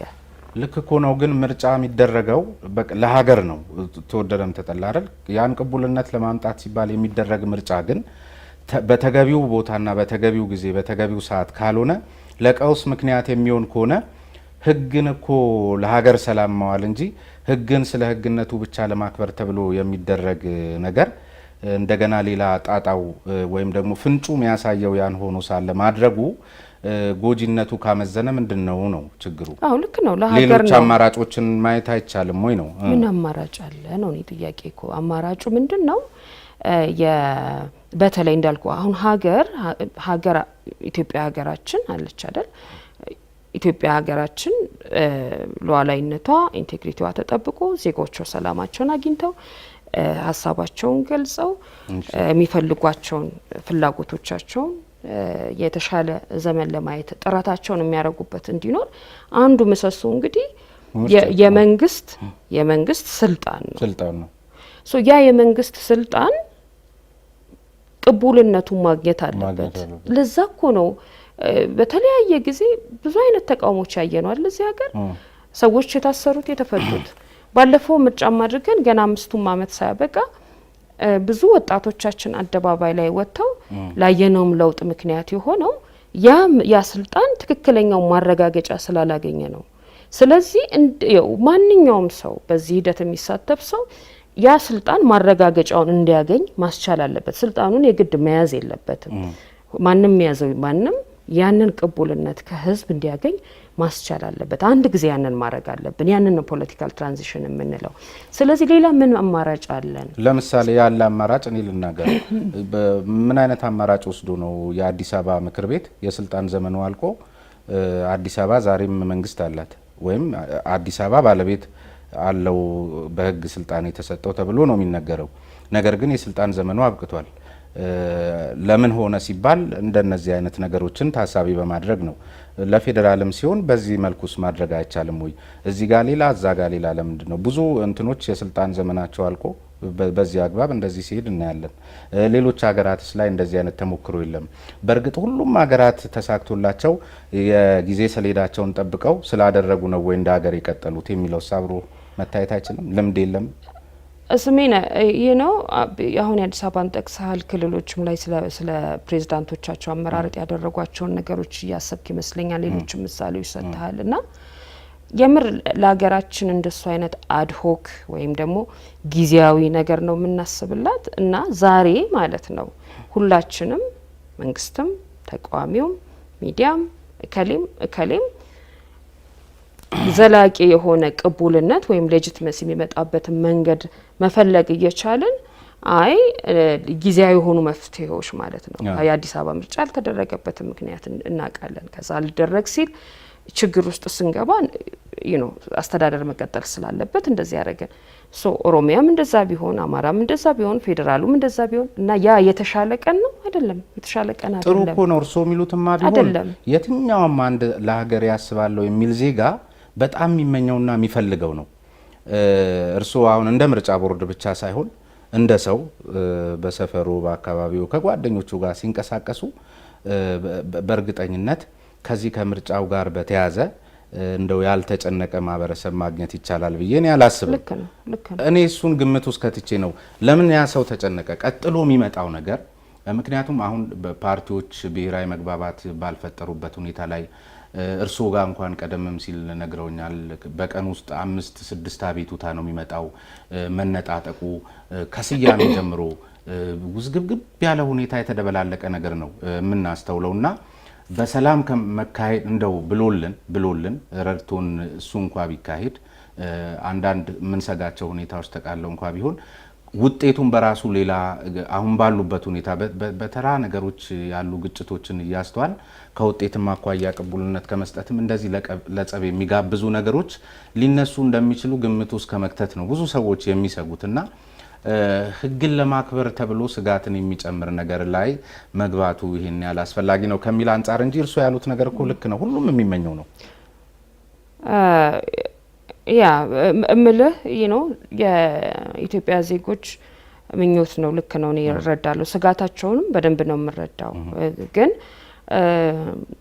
ከህይወቱ ጋር ቀን ከሌሊት እየታገለ የሚኖር ዜጋና ሂደቱን ደግሞ በብዙ መንገድ ሼፕ አፌክት ማድረግ የሚችል ሌሎች ተዋናዮች እኩል አይደለም። ይህንን ሂደት ወደ ተሻለ መንገድ ምኞታቸውን ወደ እውንነት ለማስተላለፍ የሚችሉበት አቅም ማለት ነው አይደለ? ቅድም እንዳልከው አሁን የፖለቲካ ፓርቲዎች መካከል የሚፈጠሩት ችግሮች አሉ። ፖለቲካ ፓርቲዎቹ ራሳቸው ሲሄዱ የሚያጋጥማቸው ነገር አለ። በህግ አስፈጻሚው በኩል የሚያጋጥም አለ። እነዚህ ጋር በሙሉ አቅምና ስልጣን በተለያየ ሁኔታ አለ አይደለ? አንዳንደኛው ፎርማል የሆነ በጠመንጃ የታገዘ በመንግስት ማለት ነው ስልጣን አለ። ሌላው ጋር ደግሞ ኢንፎርማል የሆነ የተሰሚነት ስልጣን አለ እና ያንን ስልጣናችንን ይሄ የዜጎቻችን ብዙ ጊዜ ፈልገው ያጡትን የራሳቸውን መንግስት የማቋቋምና ሌጂቲሜት የሆነ መንግስት የማቋቋም መብት እውን እንዲሆን ወደዛ መጠቀም ይችላሉ፣ መጠቀምም አለባቸው። ገብተዋል። ግን አሁን ያ ስላልሆነ ያን እያደረጉ ስላልሆነ የተለያዩ ችግሮች በዚህም በዛም ስላየን አይ ምርጫው ቢመጣ አስቸጋሪ ሁኔታው ስለሚሆን ወደ ጎን እናርገው እስቲ ለጊዜው ብንልም እኮ እነዚህን ችግሮች እየፈጠሯቸውም እያባባሷቸውም ያሉት ኃይሎች ምርጫ ከፊታችን ገለል ስላለ ብለው የሚተውት አልመሰለኝም። እና የነዛን ችግሮች ላይ መፍታት የኛ ኃላፊነት አይደለም እንደ ተቋም። ግን አክተሮቹ ወይም የሚመለከታቸው አካላት በሙሉ እኛው መካከል ነው ያሉት እና በደንብ ከታሰበበት እና ችግሮቹን ደርዝ በደርዝ አድርጎ ለመፍታት ከተሞከረ ያለው ደግሞ አቅም እኛው ጋር ነው ያለው። ስለዚህ ምርጫውን ሁላችንም ለማድረግ ወደዛ ጊር እናደርግ፣ ወደዛ እናቅድ፣ ወደዛ እንሄድ፣ እንተባበር፣ ኃላፊነታችንን እንወጣ። ያን ያህል ምንም ላይፈታ የምንድነው የተወሳሰበ የሚባል የለም።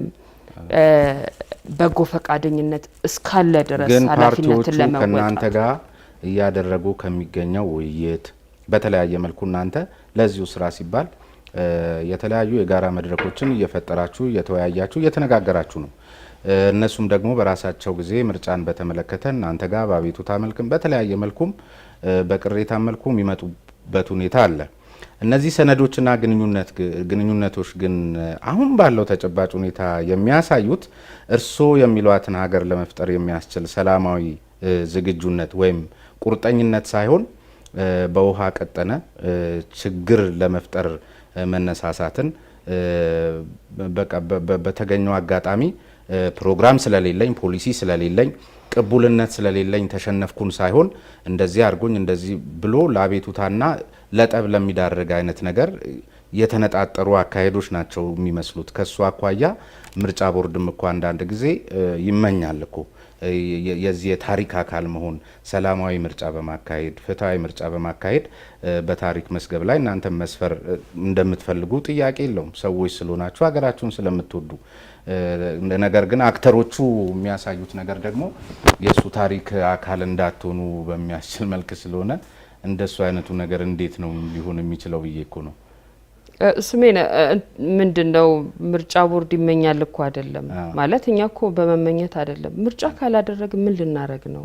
ገብቷል የሚል ሌትስ ሴ አሁን ቴሌኮም ስልክ እንድናወራ አገልግሎት ካልሰጠን ቴሌኮም አይደለም አይደለ? ወይም ሌላ አንዱንም ኤጀንሲ እንደዛ ብትወስደው እና እኛ እኩል እድል ማግኘት ስላለበት ሁሉም ማለት ነው።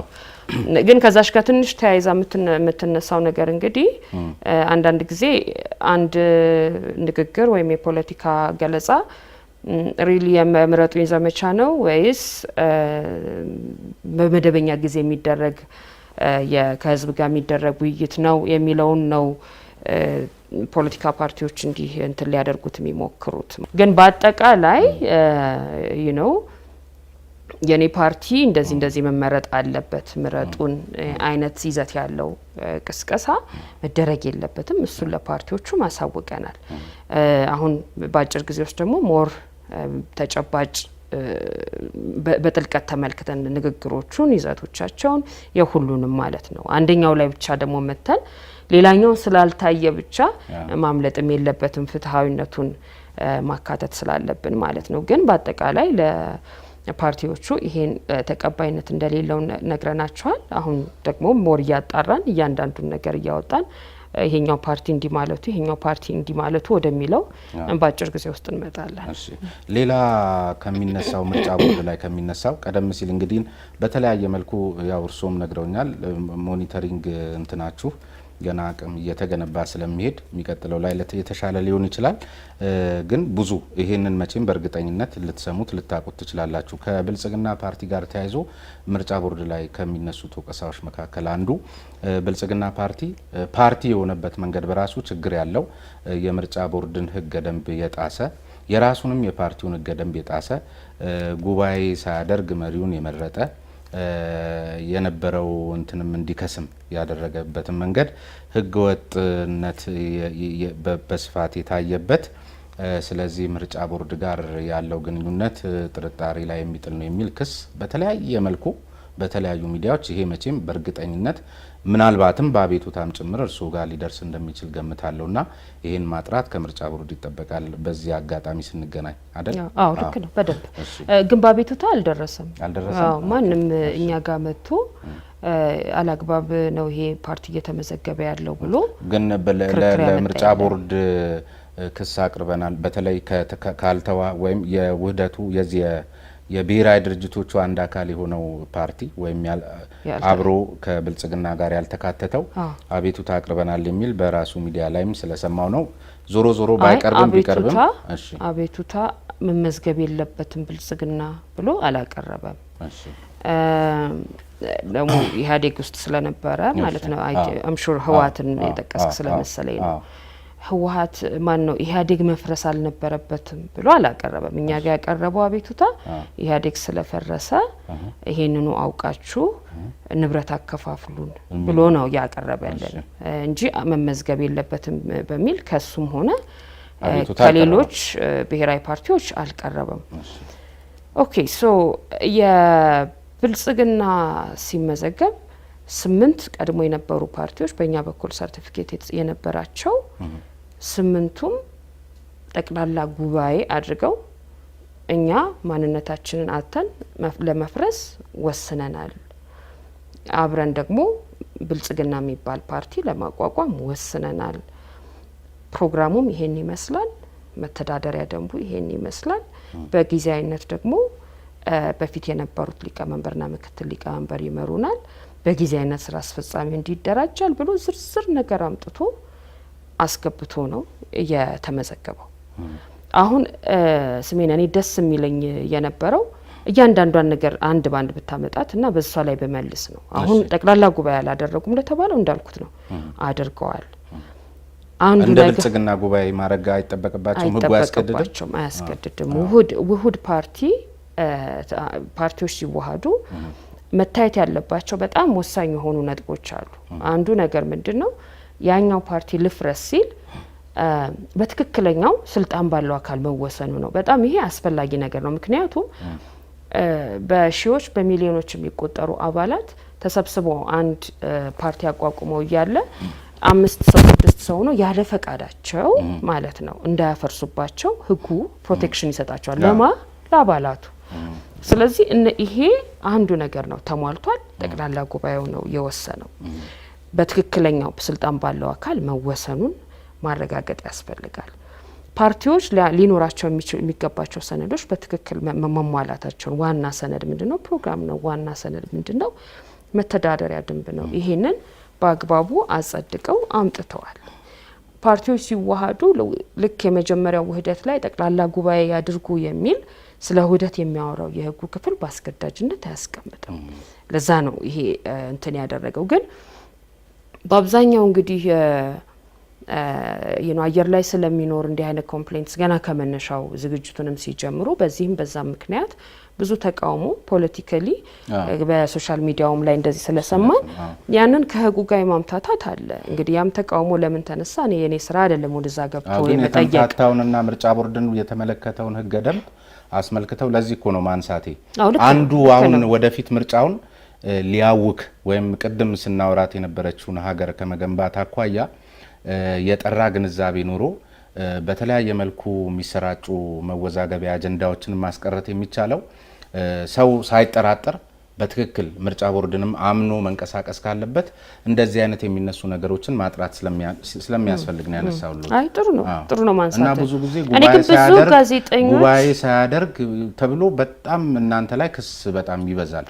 ክስ ያው ማለት የወረቀቱ ክስ ሳይሆን በየቦታው ይነገራልና ይሄ መራጭ ህዝብ ደግሞ እንደዚህ አይነት ነገር እየሰማ ያው መከሰስ የስራው አካል ነው በነገራችን ላይ ለምርጫ ቦርድ። ምክንያቱም ሁልጊዜም ውሳኔ እንደ ፍርድ ቤት ነው ላለው ሰምተኝ ይሆናል እና በውሳኔ የሚደሰት አለ፣ የማይደሰት አለ። የሚጠናከረው እንዲጠናከር የማይፈልገው ተጠናክሮ ካየው በቃ እነዚህ ነገሮች ሁልጊዜም የሚኖሩ ናቸው። እኛ ያለን ግዴታ የሄድንባቸውን ሂደቶች ማሳየት ነው። እውነት ለመናገር እኔ ብዙ ጊዜ ጋዜጠኞችን ኢንካሬጅ አድርጌያለሁ። ሰነዱ በጣም ብዙ ነው በነገራችን ላይ የብልጽግና 8 ፓርቲዎች እነሱን ሁላ ተመልክተናል። ከዛ በኋላ ግን ኢቭን ምን ነጥቦችን እንዴት እንዳየን ያመጧቸው ሰነዶች ላይ ግልጽነት የሌላቸው በኋላ ችግር ሊያመጡ የሚችሉ ለምሳሌ በአብላጫ ድምጽ ሊወሰናል የሚባል ቁጥሩ በትክክል ስላልተገለጸ ማብራሪያ ስጡን ብለን ደብዳቤዎችም የተቀያየርናቸው አሉ። ራሱ ሰነዶቹ ፋይል ተደርገው ተቀምጠዋል። እኔ ጋዜጠኞች ራሳቸው ያንን ኮፒ ወስደው የተደረገው ነገር እቺኛዋ ነገር መደረግ አልነበረባትም ወይም እቺኛዋ ነገር ጎላለች ቦርዱ መጠየቅ ሲገባ አልጠየቀም ቢል በጣም ደስ ይለኛል። ምክንያቱም ይሄ ትልቅ ጉዳይ ነው በፖለቲካሊ ስፒኪንግ አይደለ ለስንት ዓመት የቆየ ፓርቲ ወደ ሌላ ነገር ትራንስፎርም ስላደረገ ማለት ነውና እኔ በዚህ አጋጣሚ ጋዜጠኞችን ኢንካሬጅ ማድረግ እፈልጋለሁ። በቅርበት ሰነዶቹን በሙሉ እንዲያጠኗቸው እኛ ጋር ምንም ችግር የለም። ምናልባትም እዚህው ነጥብ ላይ ብቻ የተመለከተ አንድ የፕሬስ ኮንፈረንስ ተዘጋጅቶ ነገሮችን የውዝግም መነሻ ሊሆኑ የሚችሉና የምርጫ ቦርድን ታማኒነት ጥያቄ ላይ ሊጥሉ የሚችሉ ጉዳዮች ላይ በእናንተም በኩል እንደሱ አይነት ነገር ማዘጋጀቱ ጥሩ ይመስለኛል። በተመሳሳይ ከኢዜማም ጋር ተያይዞ እንደዚሁ ቦርዱን ጥያቄ ላይ ሊጥሉ የሚችሉ ወይም ህዝቡን ጥርጣሬ ውስጥ ሊከቱ የሚችሉ ወቀሳዎች ይነሳሉ። በተለይ ከዚህ ከኢዜማ አመሰራረት ጋር ተያይዞ ከኢዴፓ ጋር ተያይዞ የነ አቶ ማናቸው እንዳለ ነው የሚባሉት ወይም የቀድሞ የነ አቶ ልደቱ አዳነ የነሱ ጉዳይ ጋር ተያይዞ በተለይ ከዚህ ከኢዴፓ የሄዱት አመራር የነበሩ 1-4 የሚሆኑ አካላት በኢዜማ ውስጥ ገብተዋል። ነገር ግን ከዚህ በኩል ክሊራንስ አልወሰዱም። ክሊራንስ እንዳልወሰዱ እናንተም ደግሞ ማስታወቂያም ማውጣታችሁ ነበረ። ስለዚህ ሁለት ቦታ ላይ ሆነው በሚጫወቱበት ሰዓት ላይ እንደዚህ አይነት መወዘጋገብ ባለበት ሰዓት ላይ ይህን እያወቃችሁና ልክ አይደለም የሚልም አቤቱታ አቅራቢዎች በመጡበት ሁኔታ ለኢዜማ ሰርተፊኬት መስጠታችሁን በአንድ በአድሏዊነት እየተነሳ በተለያየ መልኩ ስማችሁ ይነሳል። ስለዚህ ይህንንም በተመለከተ መጥራት ያለበት ነገር ይኖራል ብዬ ስለማስብ ምንድነው የሆነው? በተለይ አሁን ላይ ደግሞ እነዚሁ ሰዎች እናንተም አንድ እንትን ጽፋችሁባቸው ነበር፣ ሁለት ቦታ ላይ መሆን አትችሉም የሚል ነገር ግን ወደ አንዱም ሆነው ለሚመለከተው አካል ወይም ደግሞ ልክ እንዳልነበረ ከታመነበት ንብረትም ያልተመለሰበት እንደዚህ አይነት ነገሮች የውዝግብ ጉዳይ ሆነዋልና እዚህስ ላይ ምንድነው የምርጫ ቦርድ መረዳትና ትክክለኛው የነበረው ነገር ምንድነው? አንዳንድ ጥያቄዎች እኔ ለመረዳት የሚቸግረኛል። አሁን ክሊራንስ ብለሃል አይደለ? ስሜነ ማን ነው ከየት ነው መውሰድ ያለበት? ክሊራንስ ከፓርቲያቸው ከኢዴፓ ክሊራንስ ያልወሰደ አካል እዚህ ጋር የፓርቲ ሊያውም አመራሩ ነው መመዝገብ ይችላል ወይ? በነገራችን ላይ እነሱ ሰዎች ማለት ነው አሁን አንተ የምትጠቅሳቸው ኢዴፓ ውስጥ የነበሩ ኢዜማ ውስጥ የገቡት ኢዴፓ ፈርሷል ብለው ነው። ፈርሷል ብለው ነው። ኢዴፓ ፈርሷል፣ ሞቷል፣ ስለዚህ ሌላ ፓርቲ ውስጥ ገብተናል ብለው ነው የገቡት። ከገቡ በኋላ እኛ ኢዴፓ አልፈረሰም ብለናቸዋል። አሁን ኢዴፓ አለ በነገራችን። እሺ ግን እነሱ አልፈለጉትም። ለኛ ተረጓጉ። ስለዚህ ለቀውት ሄደዋል። በእነሱ ሀሳብ የሞተ ነው ብለውት ሄደዋል አይደለ? እኛ ደግሞ አለ ህጋዊ ሰውነቱ ኢንታክት ነው ብለናቸው አይ እንደዛም ሆኖ ኢዜማ ገብተናል ብለዋል። ኢዜማ የፓርቲዎች ውህደት አይደለም እንደምታውቀው። ኢዜማ ከአዲስ ከመሰረቱ የተቆረቆረ አዲስ ፓርቲ ነው። በዛ ፓርቲ ውስጥ ግን በተለያየ ሌሎች ፓርቲዎች በተለያየ ደረጃ በአመራር ሲሳተፉ የነበሩ የፓርቲ ኃላፊዎች፣ የፓርቲ አባላት፣ ሌሎች ፓርቲዎች ውስጥ የነበሩ ሰዎች እንደነበሩበት እናውቃለን። ስለዚህ እንዳልኩት እነዚህ የኢዴፓ ፈርሷል ብለው የሄዱት ሰዎች ኢዜማ ውስጥ አመራርነት ወስደው ነበረ። ልክ ነው። ከዛ ኢዴፓ ደግሞ ይቀጥልልን የሚሉ ሰዎች መጡ። ኢዴፓ ይቀጥልልን ብለው የሚሉ ሰዎች ሲመጡ አዎ መቀጠል ይችላል፣ ምርጫችሁን ማድረግ አለባችሁ፣ ጠቅላላ ጉባኤ በዛ መሰረት ትሄዳላችሁ ብለናል።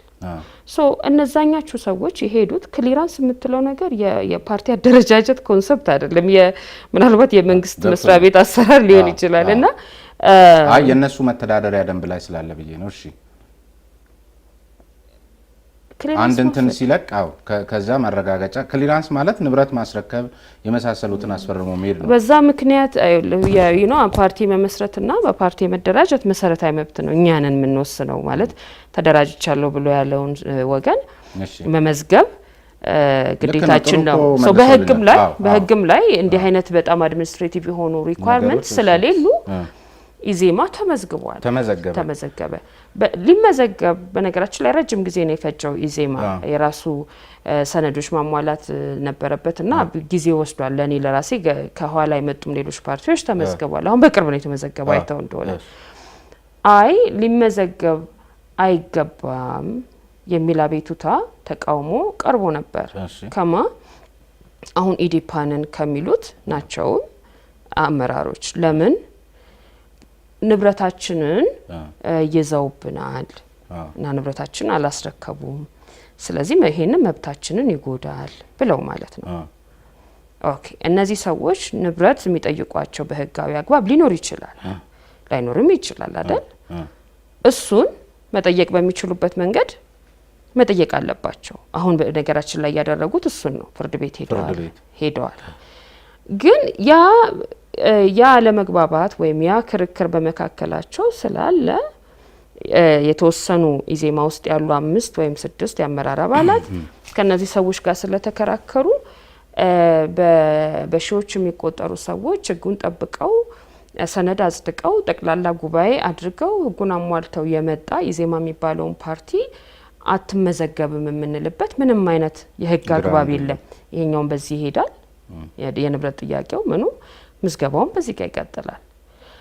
እንዳልኩ ኢዜማ ውስጥ ያሉ ሰዎች ኢዴፓ አሁን ባለው አመራር መቀጠል የለበትም ብለው ማመልከቻም ጽፈውልናል። አትጠይቁን። አንደኛ ነገር ሄዳችኋል እዚህ ፓርቲ ውስጥ ሁለቱም ጋር መሆን አትችሉም። ሊጋሊ ስፒኪንግ የሚያስሄድ ነገር አይደለም። ሁለተኛ ነገር ደግሞ በህጉ መሰረት ይሄን አይተን ነው የወሰነው። ግን ችግር አለበት እንኳን ቢባል የኛ ውሳኔ እናንተ የመጠየቅ መብት የላችሁም። ምክንያቱም ሌላ ፓርቲ ውስጥ ሄዳችኋል። ህጉ ደግሞ በአንድ ጊዜ ሁለት ፓርቲ ውስጥ አባል መሆን አትችልም ብሎ በግልጽ ከልክሏል።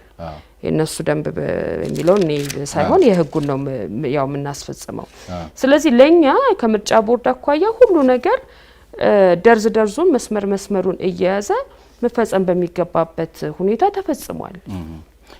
ለምን ጥርጣሬ በዚህ ምክንያት ምርጫ ቦርድ ላይ ሊፈጠር እንደሚችል እሱም አይገባኝ። ጥርጣሬው ሊፈጠር የሚችለው ለምሳሌ ንብረቴን አስመልሱልኝ ብሎ ሲነሳ ፍርድ ቤት የሚመለከተውን ወይም መከተል ያለባቸውን መንገድ ተከትለው እየሄዱ ነው የሚል ነገር አንስተውልኛልና አንደኛ በቃ ይሄን ምርጫ ጤናማ እንዳይሆን የሚያደርጉ መንገራገጮችን ከማስወገድ አኳያ አስተያየት ብትሰጡበትና እንደ አንድ የምርጫ አስተዳደር ከታመነበትና ያን ንብረት እነዚህ ግለሰቦች ከዛ ወጥተው ሌላ ፓርቲ ውስጥ ሲገቡ ህልውናው ኢዴፓ መኖሩን ካወቃችሁ በኢዴፓ ስም የተመዘገበ ጽህፈት ቤት ወደ ኢዴፓ እንዲገባ ማድረግ ላይ የናንተ ሴይንግ ሊኖር አይገባም ወይ? አንድ በሌላ መልኩ ደግሞ ከማን ነው የህወሓትን በተመለከተ 4 የነበሩ አንድ ላይ መተው ማን የፈቀደላቸው ምርጫ ቦርድ ነው።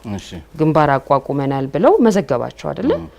ንብረታችንን በጋራ በኩልነት እንጠቀማለን፣ ንብረቶች በዚህ መልኩ ይተዳደራሉ፣ መተዳደሪያ ደንባችን ስለ ንብረት ይሄን ይላል፣ ህጋዊ ሰውነታችንን ኢህአዴግ በሚባለው ስም በግንባርነት ተቀበሉን ብለው ሰነዶቻቸውን አሟልቶ ለማናቀረቡ ለምርጫ ቦርድ ገና ድሮ ማለት ነው አይደል? ምርጫ ቦርድ ህጋዊነቱን ሰጥቶ ይሄንን ፓርቲ እውቅና ግንባር ይቅርታ የፓርቲዎች ግንባር እውቅና ሰጥቶ ሲያስተዳድር ቆየ። አሁን ግንባሩ ፈረሰ። መፍረሱን አረጋገጠን፣ ፈርሷል አለን። እኛ ያቋቋሙነው ነገር ሲፈርስ የንብረት ውጤት አለው። ህጉ ራሱ በግልጽ ነው በነገራችን ላይ የሚያስቀምጠው። ለምሳሌ የነበረ ፓርቲ አይ ሞች ያለው ቢልህ ወደ ውህደት ሌላ ነገር ነው። በእርግጥ ግን ሊፈርስም ይችላል። ፓርቲ ተቋቁሞ የነበረ ፓርቲ ዝም ብሎ መፍረስ የለበትም። የሶስተኛ ወገኖችን መብትም ሊነካ ስለሚችል ያቋቋሙ ሰዎች ተሰብስበው ፓርቲው ፈረሰ ቢሉ እሺ አጣራለሁ ይላል ምርጫ ቦርድ፣ ህጉ ስለሚያስገድደው ማለት ነው። እኛ ባወቅንልህ ህጋዊ ሰውነት እዳ ገብተሃል፣ እዳ ክፈል፣ ያለህ ንብረት ምንድን ነው? ይሄ ነው። እንደው በህጉ የሚሞት ፓርቲ ንብረት ካለው ለምርጫ ትምህርት ነው የሚውለው። ይሄ ደግሞ ሌላ ሁኔታ ነው። 4 ፓርቲዎች ነበሩ። 3ቱ ራሳቸውን አክስመው ወራሻችን ከሌ ነው ብለው ብልጽግና የሚባል ውስጥ ገብቱ። አንደኛው ማንነቱን ጠብቆ ቆየ፣ ህወሓት ማለት ነው። ይሄ የህጋዊ ሰውነት እኛ የሰጠ ነው። በዛ ስር ንብረት ሲቋቋም የነበረው ንብረት ሲደራጅ የነበረው ፓርቲ ፈረሰ። ስለዚህ አብሮ የመምጣቱን እውቅና የሰጠው የኔ ድርጅት የኔ ተቋም አፈራረሱ የሚኖረውን ውጤት ደግሞ በተወሰነ ደረጃ ሬጉሌት ማድረግ አለበት ህጉም ስለሚል ማለት ነው። እዳ ያለበት ሰው ካለ እዳ የሚጠይቀው ካለ ከኢህአዴግ ምክንያቱም አሁን ሊሞት ነው፣ ህጋዊ ሰውነቱ ሞቷል። ግን አንተ ለኢህአዴግ የሚሊዮኖች የሚያወጣ ሰርቪስ ሰጥተ ከሆነ ተቋሙ ስለፈረሰ ተብሎ መንገድ ላይ መቆም የለብህም። እዳ ክፈሉ፣ ስንት ብር እንዳላችሁ አጣሩ፣ ከዛ በኋላ ተከፋፈሉ። በህጉ መሰረት ነው ያደረግ ነው። when you come to ኢዴፓ ነበረ፣ ኢዴፓ አለ። ስለዚህ የንብረት ክፍፍል የንብረት መወራረስ ወይም ሌላ ነገር የለውም። ቤት እከሌጅ ነበረ እከሌጅ አልነበረም የሚል በነገራችን ላይ የሚባሉት ቤቶች ኪቢያድ ነው የሚያዝባቸው። እሱን አድሚኒስትሬቲቭሊ ለማገዝ ሞክረናል፣ እንዲስማሙ ነግረናቸዋል። ግን ሌላ እኛ ውሳኔ የምንሰጥበት ነገር አይደለም። የምታደናግር ነገር ስላለች እዚቹ ላይ ባጭሩ እንዲመልሱልኝ። እርሱ አሁን አዲስ ፓርቲ መሆኑን ነው ኢዜማ የነገሩኝና ሌላም ጊዜ እንደዚህቹ የተምታታ ነገር ኖሮ መግለጫ መስጠታችሁ ስለ ሶስት ፓርቲ ባንዴ እየጠየቀኝ ነው አውቃለሁ አይደለ? ኢህአዴግ አለ፣ ኢዜማ አለ፣ ኢዴፓ አለ። የፕሮግራሙ ኔቸር ስለሆነ ነው። አራኒ ምንም ችግር የለም። ደግሞ እንኳን ሶስት የስነ ጽሁፍ ሰው አምስት ጉዳይ ባንዴ ይሰማልና አዲስ ፓርቲ ነው ያሉኝ።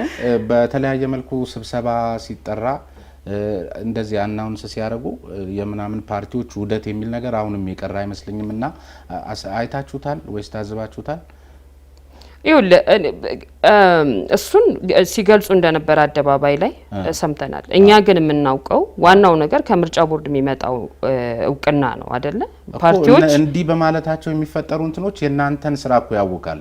የሆነ በተሰጣቸው ስልጣን መሰረት ከዚህ በኋላ የሚል ማስጠንቀቂያስ ምናምን አይሰጥም?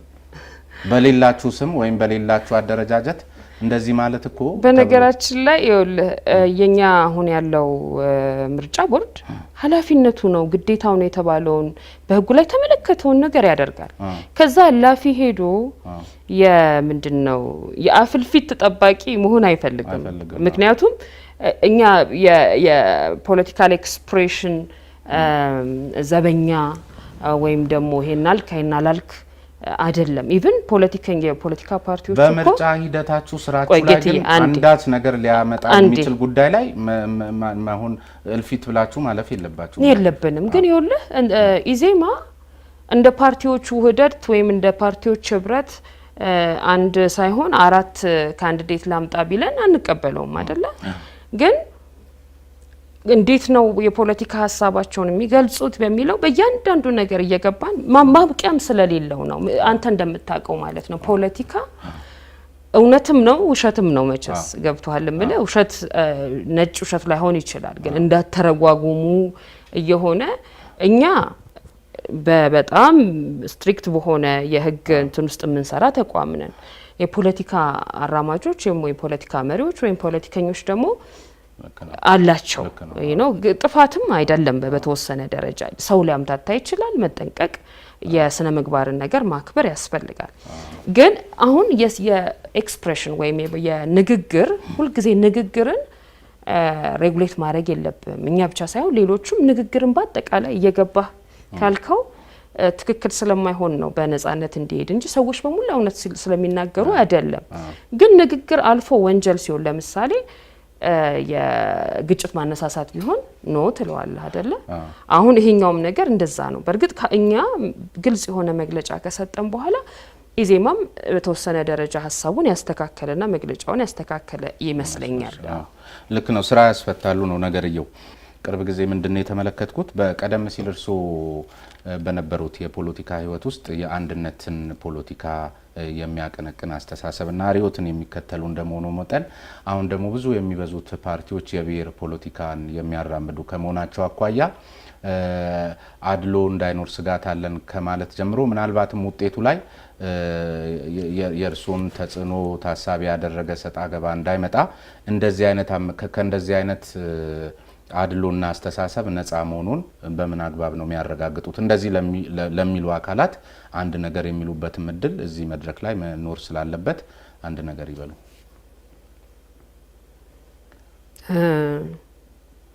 አንተ ልጠይቅስ ምን እስካሁን በሰራናቸው ውሳኔዎች ማለት ነው የኔ የመመራው ቦርድ 5 የቦርድ አባላት ያሉት ውሳኔዎች ሰጥቷል እና በዛ ውሳኔዎች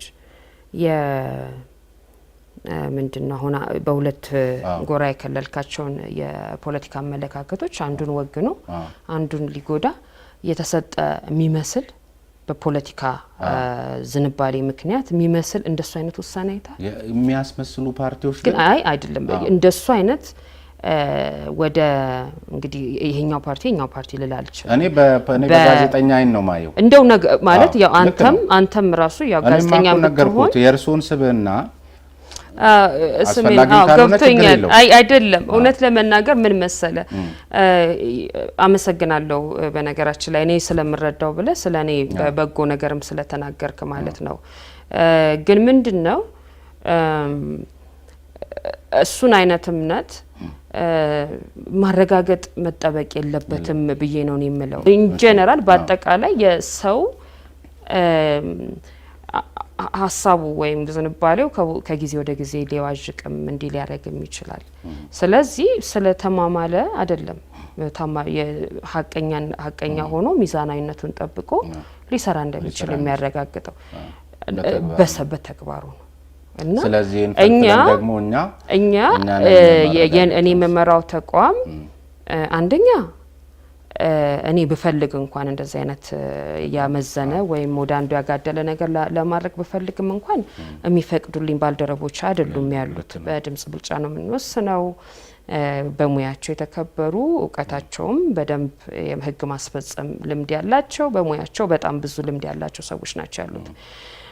ሁለተኛ ነገር እስካሁን ብዙ ፓርቲዎች ጋር በስራ ግንኙነት ተገናኝተናል። ፓርቲዎች መዝግበናል። የፓርቲዎች ድጋፍ ሰጥተናል። እንዲሆነናል በአንተ የምትለው በማንነት አልከው አንድን አካባቢ ወይም አንድን የህብረተሰብ ክፍል ብቻ ወክላለሁ የሚልም ፓርቲ አስተናግደናል። ከዛም ውጭ ያለ ፓርቲ አስተናግደናል። ለሁሉም ያደረግናቸው ነገሮች ተመሳሳይ ነው። ለአንደኛው ተነጥሎ ምንም ነገር የተፈጠረ ነገር የለም እስካሁን ነው። እኔ ደግሞ በግሌ እንደገና ብትጠይቀኝ ኃላፊነታችን ደግሞ ምለን የወሰድነው ደግሞ ኃላፊነት አለና ለእያንዳንዶቹ ፓርቲዎች ተጠሪነታችን፣ ኃላፊነታችን፣ የማገልገል ግዴታችን ደግሞ የስነ ምግባር ግዴታ አለ። ያንን የምንወጣው ነው። ግን ማሰሪያው ነገር ምንድነው? ከምንወስናቸው ውሳኔዎች ከዚህ ውጪ መመልከት ነው። እኛም አይተን ልክ ነው። እሺ፣ የዜግነትና የምርጫ ጉዳይ የሚዲያ ባለቤትነትና የምርጫ ጉዳይም በጣም መነጋገሪያ የሆነ ነው። ምርጫ ቦርድ ምን እያደረገ ነው? ብዙ አካላት ስም መጥቀስም ባያስፈልግ ከዜግነት ጋር በተያያዘ ጥያቄ ይነሳል። ከሚዲያ ባለቤትነትም ጋር ተያይዞ እንደገና ፓርቲ መሆንም በተለያየ መልኩ የምርጫው ፍትሃዊነት፣ ሰላማዊነትና ቅቡልነትም ላይ ሌላ አጀንዳ ይዞ እንዳይመጣ ምርጫ ቦርድ ምን እያደረገ እንደሆነ ለተመልካቾቻችን አጠቃላይ ለመራጩ ሕዝብም ለመመረጥ ለተዘጋጀውም አካል የአቤቱታ መነሻም ለማድረግ ለተዘጋጀ አካል ብዙ እኮ ያው ይታወቃል። አጀንዳ የጠፋበት አካል ስህተቶችን የሚነቅስ ማዕት ስለሆነ ሀሳብ ይስጡ። መጨረሻ የሚዲያ ባለቤትነትና የምርጫ ጉዳይን በተመለከተ የሚዲያ ባለቤትነትን ሬጉሌት አናደርግም፣ የኛ ስልጣን አይደለም።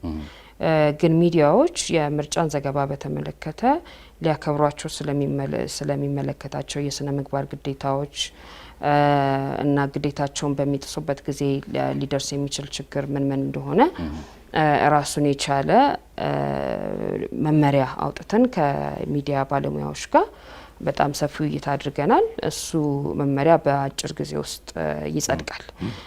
እንግዲህ በሂደቱ ሚዲያ ዋና በጣም ገንቢ ሚና ሊጫወት የሚችለው አንዱ አካል ነው። ሂደቱን ትክክለኝነቱን ከማረጋገጥ አኳያ፣ ግልጸኝነቱን ከማረጋገጥ አኳያ፣ ለሕዝቡ ትክክለኛ የመራጭ መረጃ ከመስጠት አኳያ እና ያንን ሲያደርግ አንተ የምታውቀው ነው። በአጠቃላይ የጋዜጠኞች ነው አኪዩሬት መረጃን የማስተላለፍ ሚዛናዊነትን የመጠበቅ ይህን የመሳሰሉ አጠቃላይ የስነ ምግባር ስታንዳርድስ አሉ እና ደግሞ ምርጫን ሲዘግቡ ከምርጫ አፈጻጸም ጋር የተያያዘ በምርጫ ጣቢያዎች ሲገኙ ምን ማድረግ እንዳለባቸው እንዲህ አይነት የሚዘረዝሩ ደግሞ የራሳቸው የአፈጻጸም ድንጋጌዎች አሉ። እሱ መመሪያው አሁን በቅርብ ሜቢ ቢዘገይ የሚቀጥለው ሳምንት የመጨረሻው ቨርዥን ጸድቆ ይወጣል በእኛ በኩል ማለት ነው። ተስፋ ማደርገው ጋዜጠኞቻችን፣ ሚዲያዎቻችን በሂደቱ በጣም መልካም አስተዋጽኦ ይኖራቸዋል በሚል ነው። ዜግነትና የፖለቲካ እንቅስቃሴን በተመለከተ የኛ ኃላፊነት አለ፣ የፓርቲዎች ኃላፊነት አለ። ምንድነው? ፓርቲዎች አባላቶቻቸውን ከመመልመል ጀምሮ አመራሮቻቸውን ዜጋ መሆናቸውን አረጋግጠው ነው ማስገባት ያለባቸው፣ አመራሮቻቸውንም መምረጥ ያለባቸው። በእኛ በኩል ደግሞ ዜግነትን ብቻ ሳይሆን ሌሎችም ነጥቦች አሉ። ለምሳሌ አባሎች ከ18 ዓመት በላይ መሆን አለባቸው፣ በህግ ያልተከለከሉ መሆን አለባቸው፣ ማለት ውሳኔ መስጠት የማይችሉ በአእምሮ ጤንነት ምክንያት እንደዚህ አለመሆናቸው መሟላት ያለበት አንዱ ነገር ነው። አንዳንድ ሰዎች ደግሞ ከስራ ኃላፊነታቸው የተነሳ ፓርቲ ውስጥ መግባት የለባቸው እንደ ዳኛ ያለ ማለት ነው። ስለዚህ ፓርቲዎች በአባልነት የያዟቸው ሰዎች እና በአመራርነት የያዟቸው ሰዎች እነዚህን ሁኔታዎች ያሟሉ መሆናቸውን የሚያረጋግጥ ሰነድ መቅረቡን እናረጋግጣለን እና ከዛ አንጻር ሞኒተር እናደርጋለን። እነሱ ደግሞ ከመነሻው አሟልተው ያቀርባሉ ማለት ነው። እንግዲህ ክትትሉ ማነው ከኛ በፊት የነበረው ቦርድ እነዚህን ነጥቦች በተመለከተ ፓርቲዎቹ የሚያደርጓቸው የውስጥ እንቅስቃሴዎች እነዚህን በደንብ ያሟሉ ናቸው ወይ የሚለውን ክትትል ለማድረግ በደንብ የተዘረጋ ሲስተም አልነበረም። ለምሳሌ ይሄን ለማወቅ መጀመሪያ ፓርቲዎቹ አባላቶቻቸውን ዝርዝር ማቅረብ አለባቸው፣ የአመራራቸውንም ዝርዝር ማቅረብ አለባቸው። ቦርዱ እስካሁን የአመራር አባላት ዝርዝር ያስቀርባል፣ ዜግነት፣ አድራሻ፣ እድሜ ምን ያለው ማለት ነው። የአባላት ዝርዝር ግን አስቀርቦ አያውቅም። ከዚህ በኋላ እንዲያቀርቡ ያደርጋል። በአዲሱም ህግ ይጠበቅባቸዋል። ያንን ሲስተም እንዘረጋለን። እኛም ራንደምሊ ያየን ያንን ቼክ የምናደርገው ቬሪፋይ የምናደርግበት መንገድ ይኖራል ማለት ነው። ከዛ በተጨማሪ አሁን በተለይ ቀድሞ የተመዘገቡት ፓርቲዎች በአዲሱ ህግ ማሟላት የሚገባቸውን ነገር አሟልተው ሲያቀርቡ እነዚህን ነጥቦች በተመለከተ አረጋግጬ አባላቶቼ መብት ያላቸው ያልተከለከሉ ትክክለኛ ኢትዮጵያ ዜጎች ናቸው ብለው አረጋግጫለሁ ብሎ ፓርቲው ራሱ ቃለ መሃላ እንዲያስገባ ፎርም አዘጋጅተናል። ስለዚህ ያንን እንዲያስገቡና እንዲያሟሉ እናደርጋለን። ስለዚህ የክትትሉና የቁጥጥሩ መንገድ እየተሟላ እንዲመጣ እያደረግን ነው ማለት ነው። ጥያቄን ከመለስኩልህ ማለት ነው። እሺ፣ በጣም ነው የማመሰግነው። እንግዲህ ውድ ተመልካቾቻችን ከምርጫ 2012 ጋር በተያያዘ በዋናነት ሊነሱ የሚገባቸውን እንጂ ሁሉንም ጉዳዮች አይተናል ማለት አይደለም። በዚህ አጋጣሚ ደግሞ ወደፊትም ምናልባት በዛሬው ቆይታችንም ደስተኛ የሆኑ ይመስለኛልና ወይዘሪት ብርቱካን ከምርጫው ቆጠራ በኋላ ደግሞ የመጀመሪያው እንግዳይ ሊሆኑ እንደሚችሉ በዚሁ አጋጣሚ በተመልካቾቻችን ፊት ቃል ገብተውልኛል አይደል? አዎ፣ የዕለት ሁለት። እሺ፣ በጣም ነው የማመሰግነው። በተመልካቾቻችን ስም ከቆጠራው በኋላ ከኔ ጋር ነው ወይዘሪት ብርቱካንን የምታገኟቸው። እኔም በተመልካቾች ስም እሺ ይሁንታቸውን ስለሰጡኝ ቀደም ሲልም ይህን ጥሪ ሳደርግም